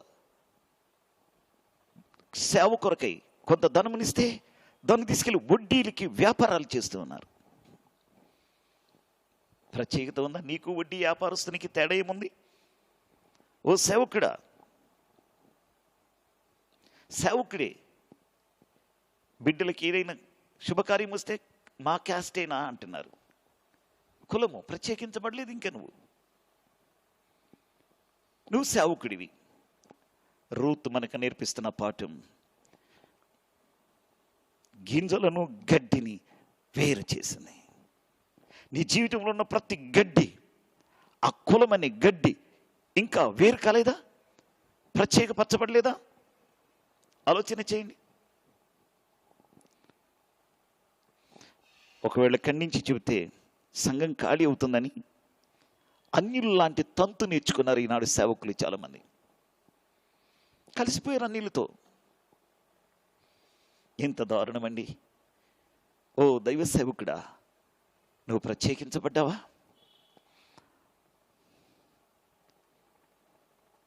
మోడలుగా ఉండకపోవటం కూడా అది పాపమేనండి. సంఘంలో కొందరిని ఒక రకంగా, మరికొందరిని ఒక రకంగా సేవకులు చూడటం అది పాపమే. ఆలోచించండి. ఇలా మనం చెప్పుకుంటూ పోతే, నంబర్ 1, తెలిసిన ప్రతి పాపము నుండి మనం ప్రత్యేకించబడాలి. సమయం అవుతుంది, నేను ముగించాలనుకుంటున్నాను. రూత్ గింజలను గడ్డిని వేరుపరిచింది. నీ జీవితంలో వేరుపరచబడినవి ఉన్నాయా? గడ్డంతా వేరు చేయబడ్డదా? కులమనే గడ్డి వేరు చేయబడ్డదా? వివాహ సంబంధాల్లో కట్నాలు అనేవి వేరు చేయబడ్డాయా? ఆలోచన చేయండి. ఇప్పటి వరకు మనం చెప్పుకున్న ఆ గడ్డంతా వేరు చేయబడ్డదా? ప్రత్యేకపరచబడ్డదా? ఉదయకాల సమయంలో పరిశుద్ధాత్మ దేవుడు మనతో మాట్లాడుచున్నాడు. ఒక ప్రత్యేకత మనలో. నేను ఒక రోజు ఇలాగ వాక్యం చెబుతున్నాను. ఒక పెద్ద ఆయన లేచి కన్ను పైన వేసుకొని, ఇలాగైతే ఎవరు నిలబడతారండి అంట వెళ్ళిపోతున్నాడు. సభంతా కాముగా ఉండిపోయారు. ఒక 2 నిమిషాలు అలాగనే మౌనం అయిపోయారు. ఆయన ఏవేవో కొనుక్కుంటూ వెళుతున్నాడు. కొద్దిసేపు మౌనంగా ఉన్న తర్వాత అతనితో పాటు ఉండి ఒక యవనస్తుడు అన్నాడు. ఏంటయ్యా యవనస్తుడు, ఏంటి పెద్ద ఆయన అలా కొనుక్కుంటూ వెళ్తున్నాడు అని అంటే, మరి కొనుక్కాకి ఏముంటాడండి అన్నాడు ఆయన. ఏంటి బ్రదర్, అందుకే మాకు తెలియక అడుగుతున్నాం, ఏం జరిగింది అన్నాను. ప్రియులారా, ప్రక్కవారి వామి దొడ్లో గడ్డి మోపు తీసుకెళ్ళి వారి గేదెలకి వేస్తారంటండి. ఇక్కడికి వచ్చేమో ప్రార్థనలో కూర్చుంటారు. ఆలోచన చేయండి. వీరు వామి గడ్డి అలాగనే ఉంది, ఆ గడ్డి వాము అలాగనే ఉంటుంది. పక్కవాని యొక్క గడ్డి వాములోకి వెళ్ళి అతను మోపు తీసుకొచ్చి గేదెలకి వేస్తాడంట. ఇప్పుడు నేను ఇలాగా ఖండించి చెబుతుంటే అతనికి తట్టుకోలేకపోయాడు. ఇక లేచి ఇలాగైతే ఎవడు నిలబడతాడండి అనుకుంటే వెళ్ళిపోతాను. మరి ఎలాగైతే ఉండాలనుకున్నాడు? ప్రత్యేకత ఉండొద్దా? నీకు లోకస్తునికి తేడా ఏమిటి? లోకానికి మనకి ఒక ప్రత్యేకత ఉండాలి కదా. వారిలో నుండి బయలువెడలి మీరు ప్రత్యేకంగా ఉండుడి అని కొరింథీ సంఘమునకు పరిశుద్ధాత్మ దేవుడు రాయట్లేదా? ఈరోజు మనకి ఈ మాటలు తెలియచేయట్లేదా? ఓ విశ్వాసి, దేవుని నమ్మానని చెప్పుకుంటున్న ప్రియ విశ్వాసి, ప్రియ సంగమా, ఆ చెత్తంతా నీ జీవితంలో దొళ్ళగొట్టబడ్డదా? చాలా మంది దైవ సేవకులు అన్ని జనుల్లో నుంచి రక్షించబడతారు. ఇంకా పేరు చివర ఆ గడ్డి పేరేమో ఏలియా, చివర రెడ్డి, ఏలియా రెడ్డి. ఎందుకు ఇంకా గడ్డి? నువ్వు ప్రభులోకి వచ్చిన తర్వాత ఏది ప్రత్యేకత? ఆ గడ్డి ఎందుకు ఇంకా మనకి? ఆలోచన చేయండి ప్రియులారా. రూత్ బోయాజు పొలంలోకి వచ్చి ఏరుకున్న పరిగిని వేరు చేసింది, ప్రత్యేకపరిచింది. ప్రభువుని నమ్మిన తర్వాత ప్రభువులోకి వచ్చిన మన జీవితాలు, అదిగో బోయాజు ఫలమైన సంఘంలో చేర్చబడిన తర్వాత మన జీవితాల్లో ఒక ప్రత్యేకత కావాలి. ఆ గడ్డినంతా వేరు చేసి శ్రేష్టమైన గింజలని మనం తీసుకోవాలి. Praise the Lord. దేవునికి స్తోత్రం. ఆలోచించండి, ఈ ఉదయకాల సమయంలో మన ఆత్మీయ జీవితం ఎలాగుంది? రూత్ మనకు నేర్పిస్తున్న పాఠం అది. ఇలా మనం చెప్పుకుంటూ పోతే ఇంకా చాలా విషయాలు. లోక స్నేహము నుండి మనం ప్రత్యేకంగా ఉండాలి. బాహ్య అలంకారముల నుండి మనం ప్రత్యేకంగా ఉండాలి. అవిశ్వాస క్రైస్తవ సంఘాల నుంచి మనం ప్రత్యేకించబడాలి, వేరైపోవాలి. ఇవన్నీ ఒక్కొక్కటి ధ్యానం చేస్తే అది మరలా ఇంకొక ఎపిసోడ్ అవుతుంది. ప్రియులారా, నేను ముగిస్తున్నాను. ఉదయ కాలంలో పరిశుద్ధాత్మ దేవుడు మనల్ని హెచ్చరిక చేస్తుండగా రూతు జీవితం ద్వారా మనకి నేర్పిస్తున్న పాఠం ఏంటంటే, ఆమె గింజలను గడ్డిని వేరు చేసినది. రక్షించబడ్డానని చెప్పుకుంటున్నావు, ప్రార్థన ప్రార్థనే, భక్తి వేషం భక్తి భక్తే, కానీ ప్రత్యేకత లేని భక్తి, ప్రత్యేకత లేని జీవితం. లేవికాండం 20:26 అన్యులలో నుండి మిమ్మల్ని వేరుపరచితిని. ఎందుకు? నేను పరిశుద్ధుని కనుక మీరు కూడా పరిశుద్ధులుగా ప్రత్యేకంగా ఉండాలని. Praise the Lord. అది దేవునికి నీ పట్ల ఉన్న ప్రగాఢమైన కోరిక. విశ్వాసి, మరి నీవెలా ఉన్నావు? దొడ్లు కొడుతున్నావా? వేరు చేస్తున్నావా? ప్రత్యేకపరచుకుంటున్నావా? తెలిసిన ప్రతి పాపం, ఒకవేళ ఇప్పటి వరకు ఇవన్నీ పాపమని తెలియదా? ఒకవేళ ఇప్పుడే పరిశుద్ధాత్ముడు నీకు తెలియచేశాడా? అయితే పశ్చాత్తాపడదాం, సరి చేసుకుందాం, దొడ్లు కొడదాం, పశ్చాత్తాపడదాం, వేరు చేద్దాం, ప్రత్యేకపరచుకుందాం, ప్రభువుకి మహిమగా జీవిద్దాం. అట్టి కృప పరిశుద్ధాత్మ దేవుడు మనకి సహాయము చేయునుగాక. ప్రార్థన చేసుకుందాం.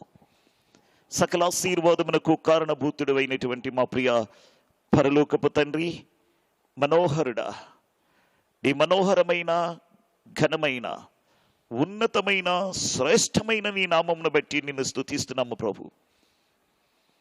ఈ మనోహరమైన దినమున ప్రభువా, రూతు జీవితము ద్వారా మాకు నేర్పిస్తున్న పాఠములను బట్టి నీకు స్తోత్రం. బోయాజు పొలములోనికి వెళ్ళి పరిగి ఏరుకుని ఆ చెత్తని గింజలను వేరు చేసినది రూతు జీవితాన్ని మేము చూస్తున్నాం. ప్రత్యేకపరిచిన జీవితం మా జీవితాల్లో కూడా బోయాజు పొలమనబడిన సంఘములో క్రీస్తు రక్తములో కడగబడి సంఘములో చేర్చబడిన తర్వాత మా జీవితాల్లో కూడా వేరు చేయబడిన అనుభవం, ప్రత్యేకించబడిన అనుభవం కావాలని మీరు కోరుకుంటున్నారు. అందుకే అన్ని జనుల నుండి నేను మిమ్మల్ని ప్రత్యేకపరిచితిని అంటున్నాను, వేరు చేసి తినంటున్నాను. అవిశ్వాసుల నుండి వారి నుండి వేరై ప్రత్యేకంగా జీవించాలని కొరింథీ సంఘంలో మీరు కోరుకున్నారు ప్రభువా. అందుని బట్టి నీకు వందనాలు, స్తోత్రాలు చేస్తాను. ఈ ఉదయ కాలంలో చెప్పబడిన ప్రతి చెత్తంతా మా జీవితంలో ఏదేది చెత్తగా మిగిలిపోయిందో ఆ చెత్తంతా దుళ్ళగొట్టేసి ఆ చెత్తనంతా వేరు చేసి ప్రత్యేకపరచు. నీకోసం ఒక ప్రత్యేకమైన భక్తి జీవితాన్ని జీవిస్తూ ఆ నిత్య రాజ్యంలో మేము ప్రవేశించడానికి కృప చూపించండి. నీ నామం మహిమ పరచుకోండి. సమస్త మహిమ ఘనత ప్రభావాలు నీకు ఆరోపించుకుంటూ యేసు ప్రభు వారి యొక్క శ్రేష్టమైన ఘనమైన నామంలో స్తుతించి వేడుకని ప్రార్థన చేయుచున్నాము తండ్రి. ఆమేన్. Praise the lord.